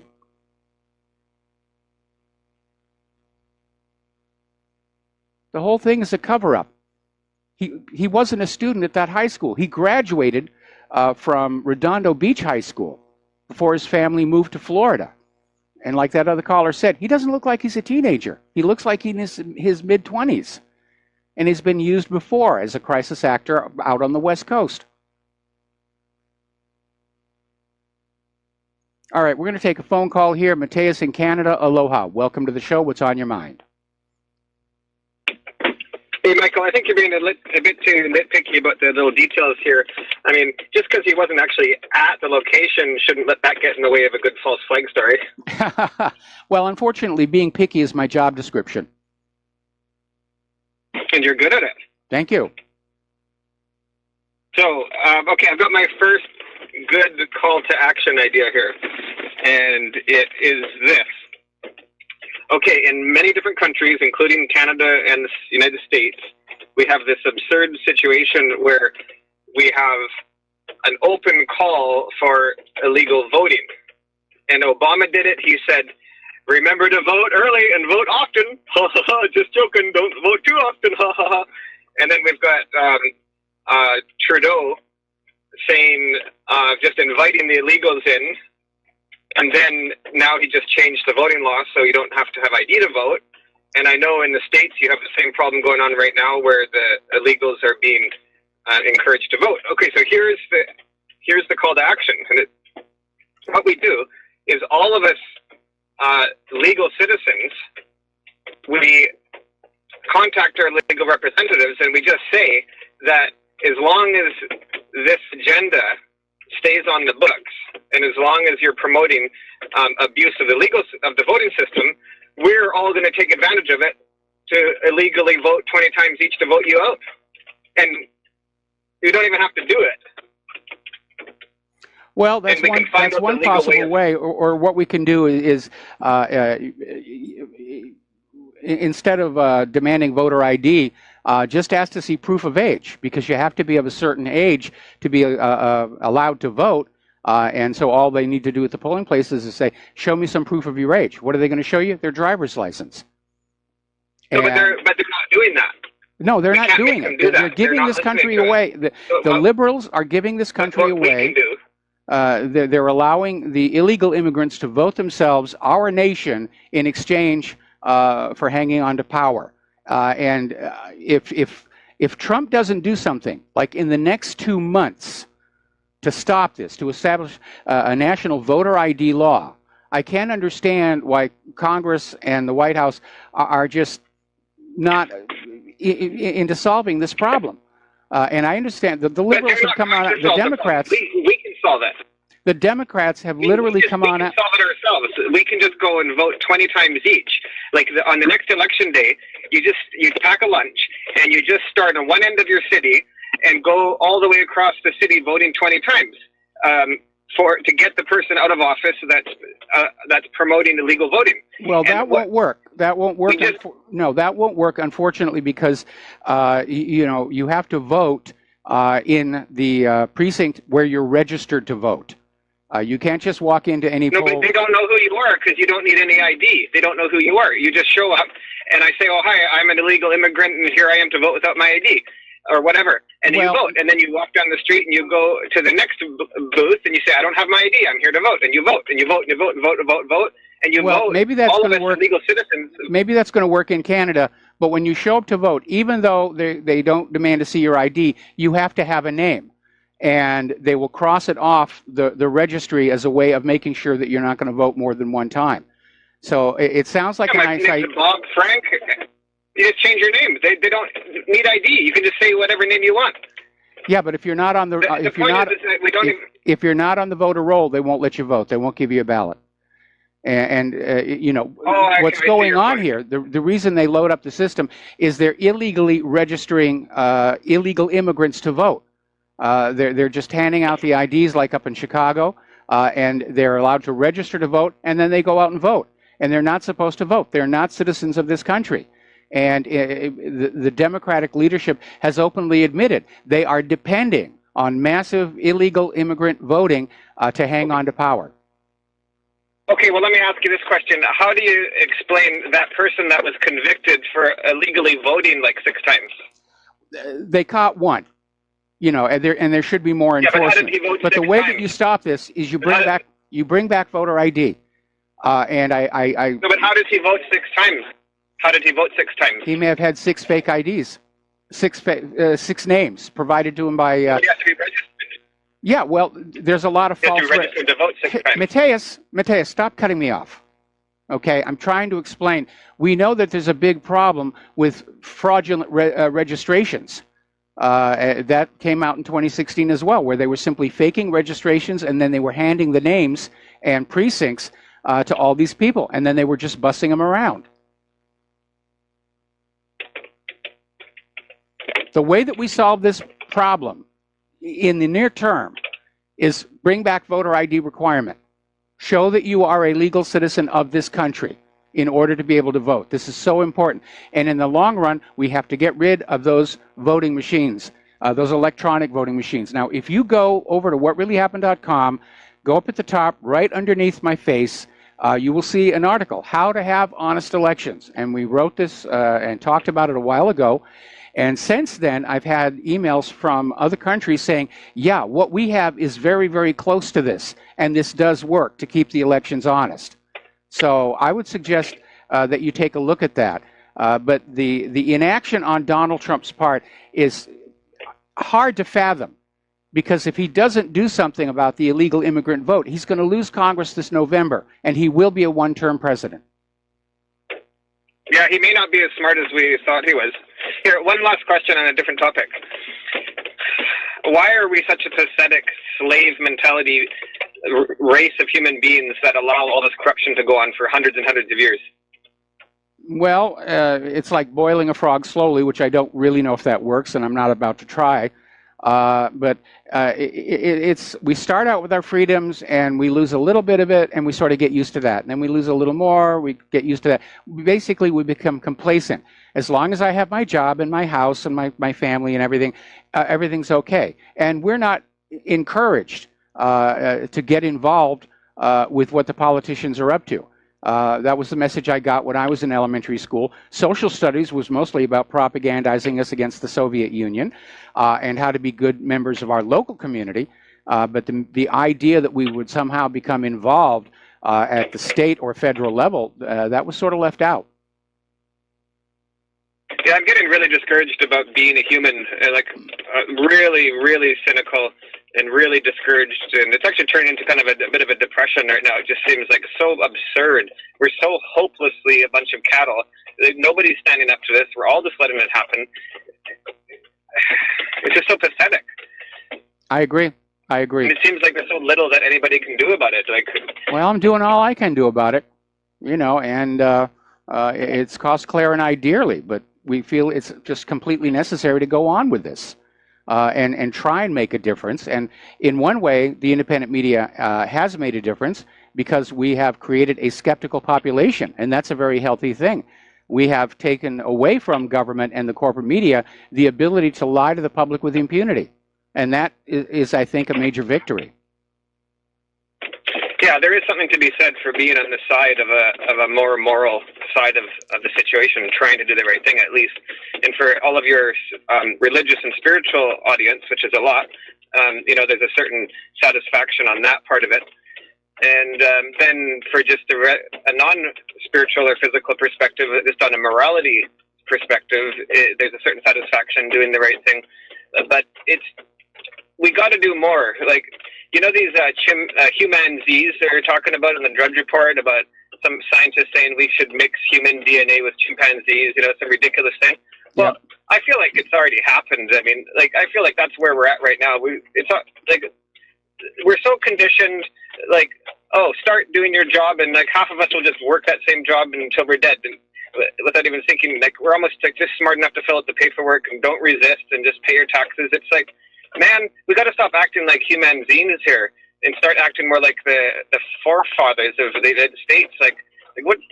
Come on, man. Myself included. I'm a big wussy here. I'm not standing up to anything either. But we gotta get it together somehow. It's not working right now. Like the criminals are 100% in charge of everything, and all the good guys, we've got our neck under a boot, and now we're getting physically raped all over the world, and not just financially. I'll tell you what's going on here. Heck, man? You know, as the American empire starts to fail, we're seeing planet Earth descend into a new dark ages, a new age of barbarism and savagery. We're losing our civilization. More than we're losing our country, we're losing our civilization. We're in a time of devolution. And the same thing happened after the fall of Rome. You know, Rome, for all of its ills, was organizing the civilization and sort of kept things, you know, running. And when Rome fell, the Dark Ages began. You had religious hysteria, the witch burnings, and so forth and so on. Anyway, listen, Matthias, I got to let you go. We've got callers waiting on the line here. Want to do a shout out to our on-air affiliates who are just now rejoining the network. And I just got an email saying that in Washington State, you may vote at any precinct, even unregistered. It's a special kind of ballot subject to checking with the Secretary of State later, but every precinct will let you vote without being on the list. Well, that is, I'm sorry, that's unacceptable. Voting is the one place where you exert direct control over the fate of the nation. And it's just full of loopholes and rigging and those electronic machines. And if you have not been over there yet, you need to go visit blackboxvoting.org. It's run by this wonderful lady, Bev Harris, who was featured in the HBO documentary, Hacking Democracy. And if you have not seen that, you have to see that, especially the part at the end where they demonstrate how they could rig an election on an electronic voting machine without having to touch the voting machine itself. All right, we're going to go back to the phones. Mike in Chicago, aloha. Welcome to the show. What's on your mind? Hi, I voted for the Illinois governor and some other things. What was it, about 2 weeks ago? And well, I had these registrations for me, another guy, and another guy. There's three of us at the same address, and you know, come in the mail, and it's got your name, and it's like a registration to vote, you know. So you know, I just took mine. It's a piece of paper with my name on there and my address, and I gave it to the guy, the judge, and he looks me up. He says, "Okay." I says, "How do you know that's me?" I said, "Because I got two more of these. I got two more people that live in my house. How do you know I'm not one of them?" Something like that. And he goes, "Oh, well, we look it up with your signature." I go, "Okay, all right, whatever." And then, so I guess if there's a question, because my signature doesn't look exactly like it should, then maybe he can ask me for a driver's license. But I was really surprised. I mean, he didn't even ask me for a driver's license, you know, when I went to vote. And we did use the like you said, the electronic machines. I don't know how. I have to go and find out how to hack those. All I know how to do is set them up, start them up and stuff like that. Anyway, and I can't even think right now.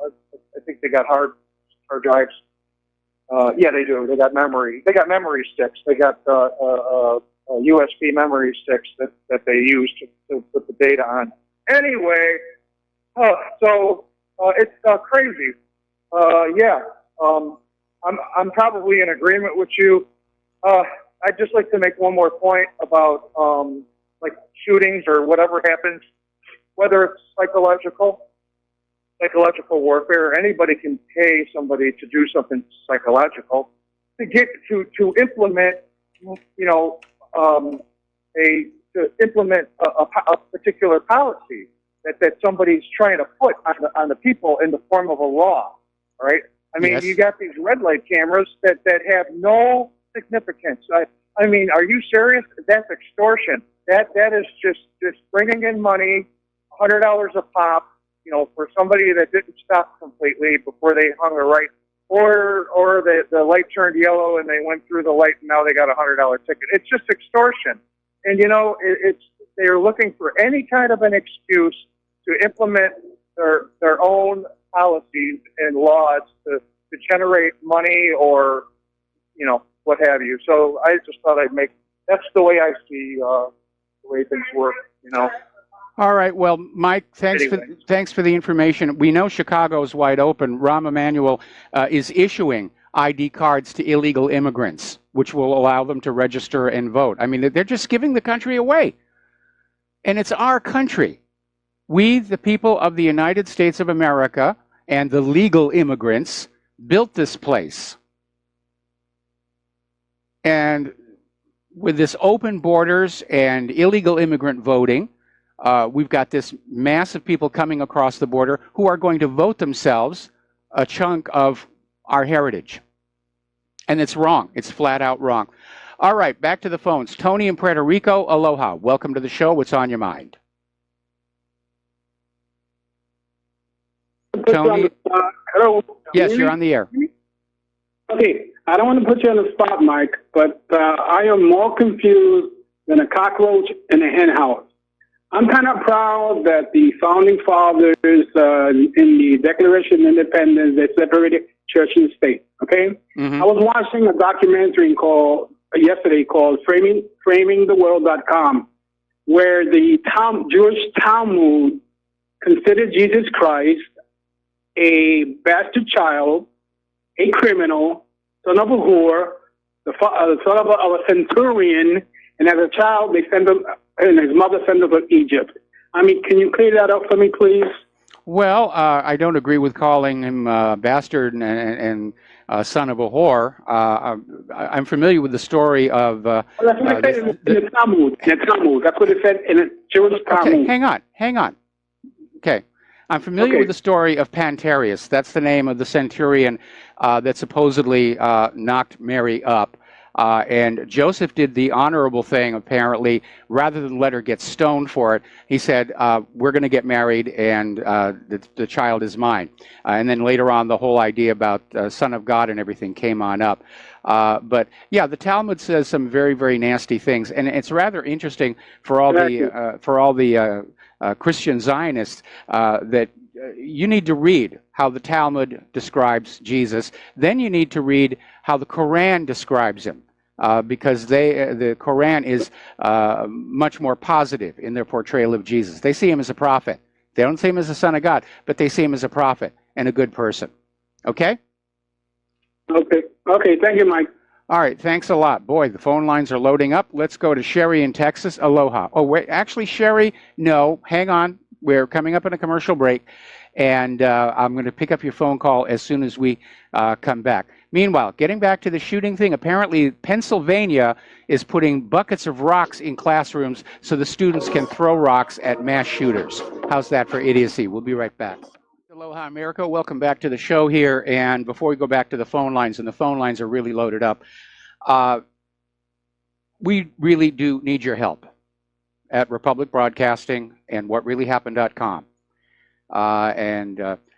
We're having our advertisers threatened. You heard that in one of the other promos. It's getting serious out there. This is literally a war. And the only way we're going to get the big money influence out of media and government is for the little money to all unite together in the common cause of restoring the Republic. And if everybody listening to this show sent in just $5, it would have a tremendous, tremendous impact, because we know the audience is out there. We know you're out there. And we know that things are hard for you economically. So we're not asking for a lot. We're just asking for a little. And the postal address to send a check or money order, or if you prefer anonymity cash, is Republic Broadcasting Network, 2251 Double Creek Drive, number 302, Round Rock, Texas, 78664. If you want to call on in and pledge to be a recurring subscriber, the phone number is 800-724-2719, extension 03. And folks, if we didn't need it, we would not be asking. All right, let's go back to the phone. Sherry in Texas, finally. Aloha, welcome to the show. What's on your mind? Thank you, Mike. Things are different now. They've become different all of a sudden, and our rights no longer count. It's as if a war has started now. This is what they planned, and this is what they've given us. But as far as I'm concerned, there is something good in here. Party politics is dead. I think. That two-headed snake where you switch heads, you know, you got the same snake, and people are aware of that now. You've got the same snake. And I think we're more united than ever because of that. Now, having different language, customs, and beliefs and all that is just not enough to separate us. Racism, as I've been seeing, it is promoted, encouraged by some, but because money talks, but not loud enough. We're still all human beings. Most of us see ourselves as children of one God. We're all together in our minds, basically, and we're ready for legislation now with the people's best interest in mind. It's not coming yet. Some like Trump, some don't like Trump, but we are a majority, more than we were before, ready to move forward. And here's the downside. Here's where we can get, since our routes don't count. You look at the Article 5, if on a local level we can be put in a position of public danger, they can deny us due process. So they're going to try to get as much public danger going as possible. And but you're absolutely right. You're Uh, absolutely right. And one needs only go back and look at the history of the FBI's COINTELPRO operation in the 60s to see what they're going to do. They were encouraging racism. They were inciting racism. It's divide and conquer. The government wants the American people angry with each other. The last thing that they want, the thing they fear most, is the American people coming together as a single American people and basically correctly identifying the cause of all the decline of our nation, decline of our lifestyle, decline of our economy. And that's why they're out there fueling all of these groups like Black Lives Matter, which apparently is on a rampage out there on the West Coast someplace. They're trying to get that going as a distraction, keep us divided. The COINTELPRO went after not only the civil rights movement, they went after the anti-Vietnam protesters, they went after the early feminists, they went after the Native Americans. They like to play dirty. And in the wake of the scandal, Congress did pass laws saying the FBI couldn't do those things anymore, but unfortunately those laws were rescinded under the Clinton administration. Yeah, they're going to keep trying. I just don't think it's going to be enough because, you know, the big push of corporate news and radio has been these dadgum liberals, and now they can't say that anymore. It's both sides. It's anything. It's a corporate-run government. It's a corporate-backed government. It's a corporate. The corporations are calling the shots, and the best we can do is just not try to create too much of a disturbance so we can go about our business. But to a certain extent, I think we're going to have to grin and bear it. I gave up my cell phone. I don't know if that's smart or not, because I'm at my age, I'm home more than I'm out and about. When I am out and about, I'm usually with someone who has a cell phone. But I felt really good about it because there were some restrictions there, and I thought, well, I just thumbed my nose at it and at them and said, I don't need you. And I think as much as that as we can do, and I just see that we are more united than we were before, because the party politics thing, from the public's point of view, is over. It's over. Well, what the public is seeing, is the dirty politics and the faction fighting. And normally, this has always been going on, but it was kept out of sight because the government wanted to present this image of being unified and working together and not give the people cause to worry that the government was, in fact, falling apart. But that's now broken into the public view, and people are noticing it. I'm having a lot of people come up to me and talk about that stuff now. Anyway, Sherry, got to let you go. We got to take another break for commercials. We'll be right back. Aloha, America. Welcome back to the show here. Before we go back to the phone lines here, breaking story. Press TV is reporting that the U.S. Navy is now getting ready to arm the Virginia-class fast attack submarines with nuclear warheads. And apparently what they're talking about is a sub-launched cruise missile with a nuclear warhead. Now, the Virginia submarines can already fire Tomahawk missiles and torpedoes. There is a nuclear form of the Tomahawk. Maybe that's what they're talking about. But they're basically out there talking about increasing our deterrence. So this thing is really escalating and getting dangerously close to going real. All right, let's go back to the phones. Joe in California, aloha. Welcome to the show. What's on your mind? Hi, thank you for taking my call. Seems funny to arm anyone with nuclear warheads when the U.S. government sends the military to China and the military ends up in New Zealand or Australia, where they forget where they are. Just, Well, there's a global black market in arms, and always has been. In fact, if you ever see the movie Charlie Wilson's War, which is a slightly romanticized version of how the Soviet Union was driven out of Afghanistan, there's a scene there in the middle where Charlie Wilson is over in Israel trying to buy captured Russian weapons from them to give to the Mujahideen in Afghanistan, so that the U.S. has deniability that they're doing any of this stuff. Yeah, my point was just nobody knows what the right hand don't know what the left hand's doing already, So just marching off to war and can't even find your ships to begin with just seems funny, but that's not why I called it. Just another funny story. This march to war at taxpayer-funded cost is just ludicrous. But the two things I wanted to talk about were, one of them was when Alexander Tytler analyzed usury and its connection to democracies and found out that every, I don't know if you'd call it society or, you could look, it's called the Tytler cycle, where they analyze, most societies last about 200 years, and then after they find out that the public can vote themselves the maximum amount of freebies and handouts from the government is the moment that that nation collapses.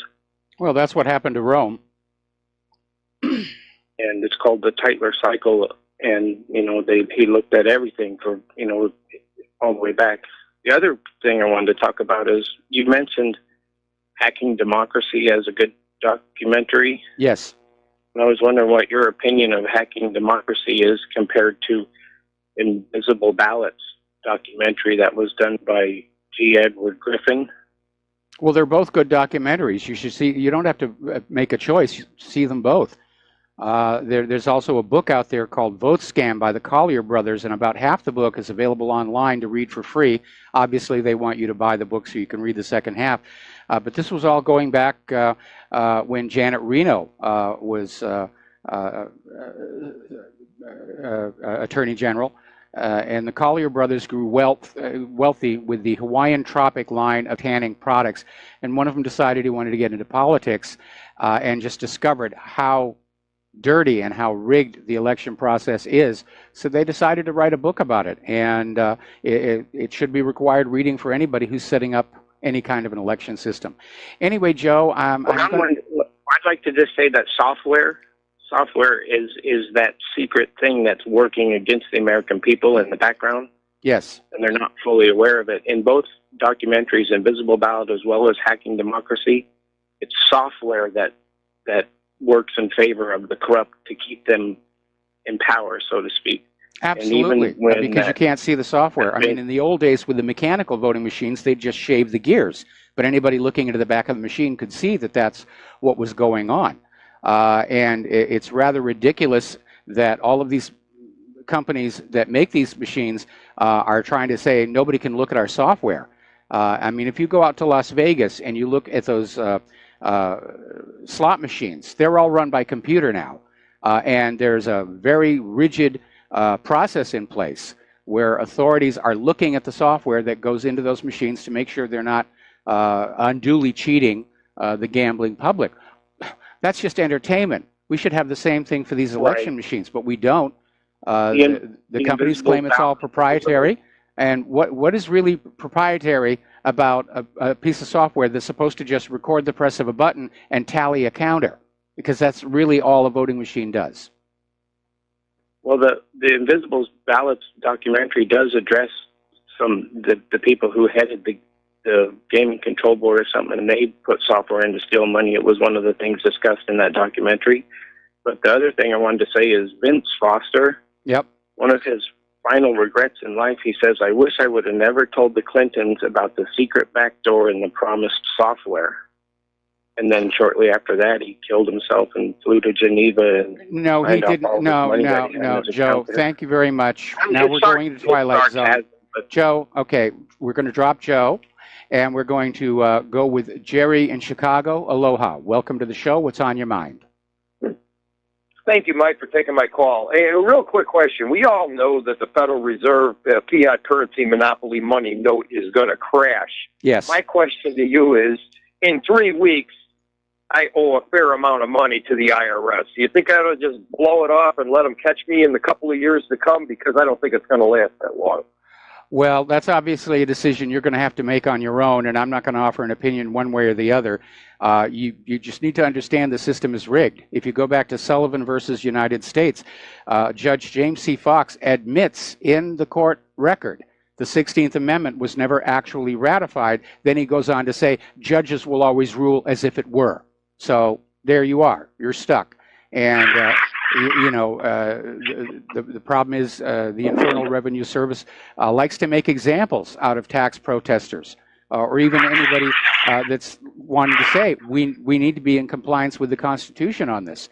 There was that gentleman who wrote the book, The Law That Never Was. I forget his name off the top of my head. They really came down on him and forced him to take down his website. And now if you try and take that book into a tax court, they'll fine you just for having it. So again, given that the U.S. government isn't likely to last that much longer, I would say don't give them a reason to come after you. Because, again, down the road when the currency crashes, it's all going to be worthless anyway. You're right. Okay, thanks a lot for your time, Mike. Have a great day. All right, thanks an awful lot. We're going to go to James in Ohio. Aloha, James. Welcome to the show. What's on your mind? Hi, Mike. One axiom of politics that is certainly in the top three is that if you simply react to things as they occur, the people who can use strategy are going to win every time.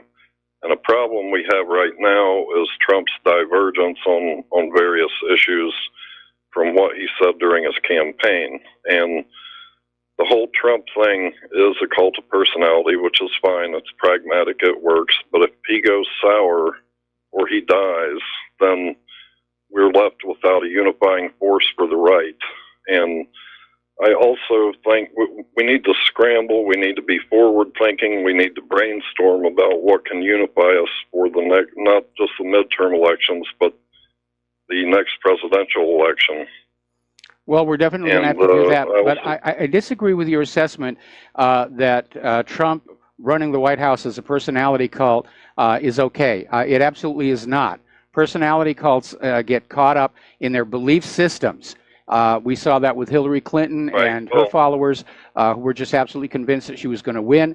They're still fanatically entrenched in a lot of that liberal ideology. The problem that I'm seeing right now coming out of the White House is that Trump is now surrounded by a bunch of yes men regarding the war agenda.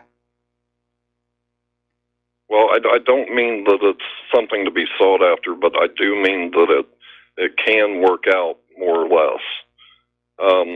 But I think we also need to realize that we really miss an opportunity to reach out to the more reasonable part of the left when Bernie was, pardon the verb, screwed out of his nomination. And I think if we had reached out to the left at that point, that we would be in a much better position to attack the actual oligarchs rather than fighting each other tooth and nail. So, like Alexander Dugin, Putin's advisor, says, we need to look beyond left and right. People need to remember that capitalists created communism. If it wasn't for the big bankers, communism would have been, some dusty books that nobody ever read on a bottom library shelf. The books that outlined it. So capitalism, you have the problems with cronyism. People don't need to be multi-billionaires. Who needs $100 billion or $1 trillion? And things like that. We need to focus on constructing a new philosophy with things like one thing Islam does have right is that they do not lend money for interest. Yes. And if we're eclectic and we take the good ideas from everything and put it together, then we can attack the oligarchs, and not until then. Well, that's why Israel. By the way, Hang on, I want to respond to what you said. That's why Israel and the private central bankers of the world hate the Muslim countries, because they don't want bad ideas such as loan plus fee to get on out there, because they make their money by the compounding of interest. And they like that. Right. It's made these central bank owners so rich, we don't even know who most of them really are. And I'm like you. I'm not addicted to money, obviously. I'd like to have enough for Claire and I to be comfortable as we head into our elder years. But I don't need to live in a mansion. I don't need to drive an expensive supercar. But there are, unfortunately, people who are addicted to money and status. It is a drug. And we're seeing how these drug addicts, these money addicts, are devastating the world around them. But most people don't recognize that we're seeing a mental illness. One last thing is that since the news has come out that David Hogg wasn't actually at the site of the massacre, that Hillary Clinton and Brian Williams have identified as Parkland survivors. So. Okay. But that's all I got for you. Well, keep up the good work, and everybody support what really happened in RBN. Well, thank you for the kind words. We're rushing toward the end of the show. I don't know that I'm going to be able to get to all the callers, but we're going to give it our best try. Chuck in Texas, aloha. Welcome to the show. What's on your mind? Hey, Mike. Great show as always. I missed a little bit of the show because I'm working. I'm using my white privilege and working. Okay. But did you notice how the excitement and the absolute terror created when China said, we're not going to take your trash anymore? Yeah. We're going to restrict your garbage coming to our country. Their equivalent of the EPA said this is madness, taking in these all these tons and tons of trash, call it recyclables, if you will, with everything else that comes with them, into their country. Did they freak out over that? We can just treat you like, we can talk nasty about you, but if you don't take our trash, then you're some kind of subhuman animal, that you're not going to take America's garbage.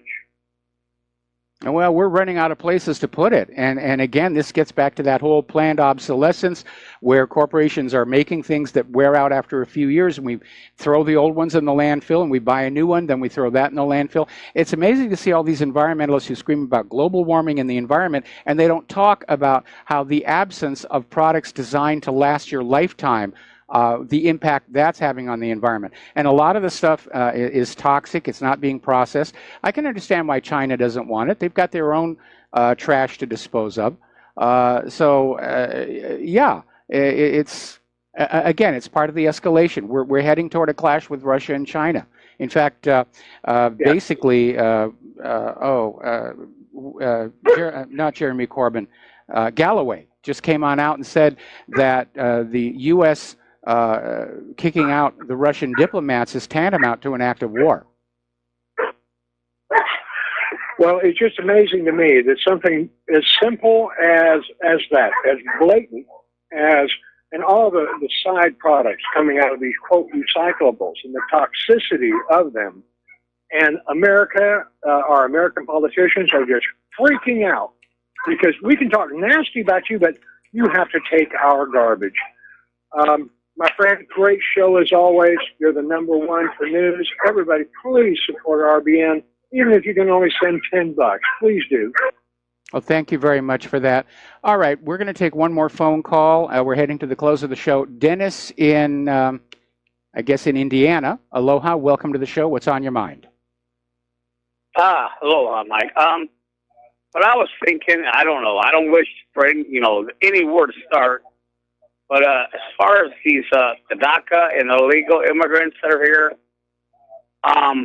the way they say that they just love our country and this and that, and I'm not against them personally, but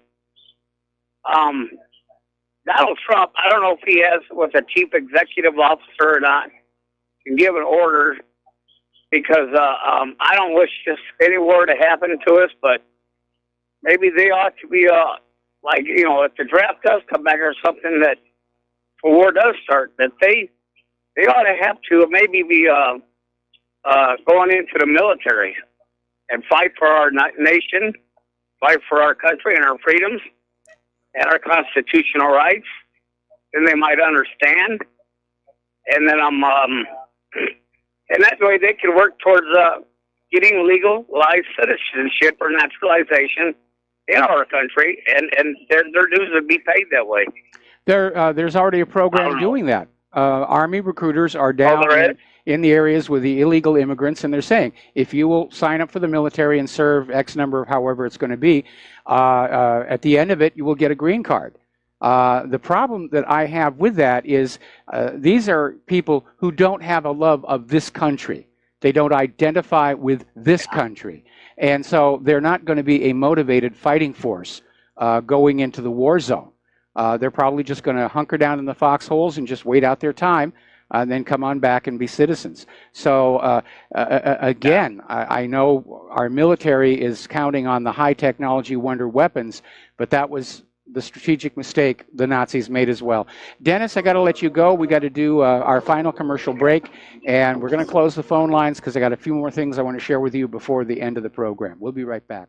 And aloha, America. Welcome back to our show. Last segment of our program today, and we fell way behind on the talking points because of all the phone calls, which we enjoy the phone calls. So I'm going to be taking a lot of the stuff into tomorrow's program here. We're still talking about this March for Life. And apparently, one high school down in Florida has decided that students must wear clear backpacks and ID badges. And, of course, David Hogue is out there saying, no clear backpacks. It's embarrassing. Well, it all depends on what you've got in there. But the idea is to not have students have a handgun inside their backpack. And to me, that makes a little bit of sense. But David Hogue is against that. Remember, everything that's been suggested, arming the teachers, clear backpacks, all of it is rejected by the gun grabbers. They want to stay focused on one and only solution to their problem, and that is to confiscate all the guns. And I agree with the caller earlier. They're really trying hard this time. And they're not really getting any traction with the American public because the American public understands this is not about gun control, it's about people control. Apparently, David Hogue, a while back, just went on this profanity-laced rant against the NRA.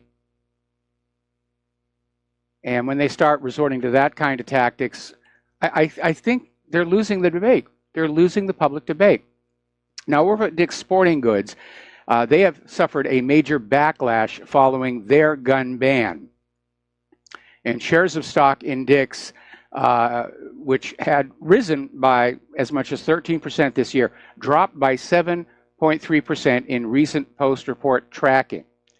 And apparently the latest quarterly report is showing profits and sales falling far short of expectations. People are simply going someplace else where they can buy what they want. Now, Ben Swan has a new video out. We've linked it to the front of whatreallyhappened.com. Reality check, the true meaning of the Second Amendment. And it basically goes into what I was saying earlier in the show. It's not about owning guns. When the Second Amendment was written, everybody owned guns. It was necessary. Everybody hunted during the winter, and you target shot to keep your proficiency up. The Second Amendment is about arming the American people to withstand government oppression, because the Founding Fathers understood the problem with political power is it always attracts the very sort of people who should not be allowed to have it. Hillary Clinton being a good example of that. So this issue is going to continue, and I sadly fear that if they don't make any progress with their gun confiscation plan this time, that once again we'll see men in dark suits with body armor and high-powered weapons crash into another school. And some drugged-up patsy taking the headlines.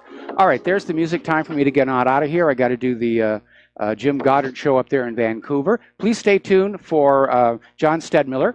I'm sure he's got a lot of interesting things to share with you. Please take everything that you learn here and email it to your friends. Talk about it with everybody that you know. Bypass the social media because now they're filtering everything, trying to keep a lid on the public's growing awareness of just how bad things are. We'll be back tomorrow. Aloha, America.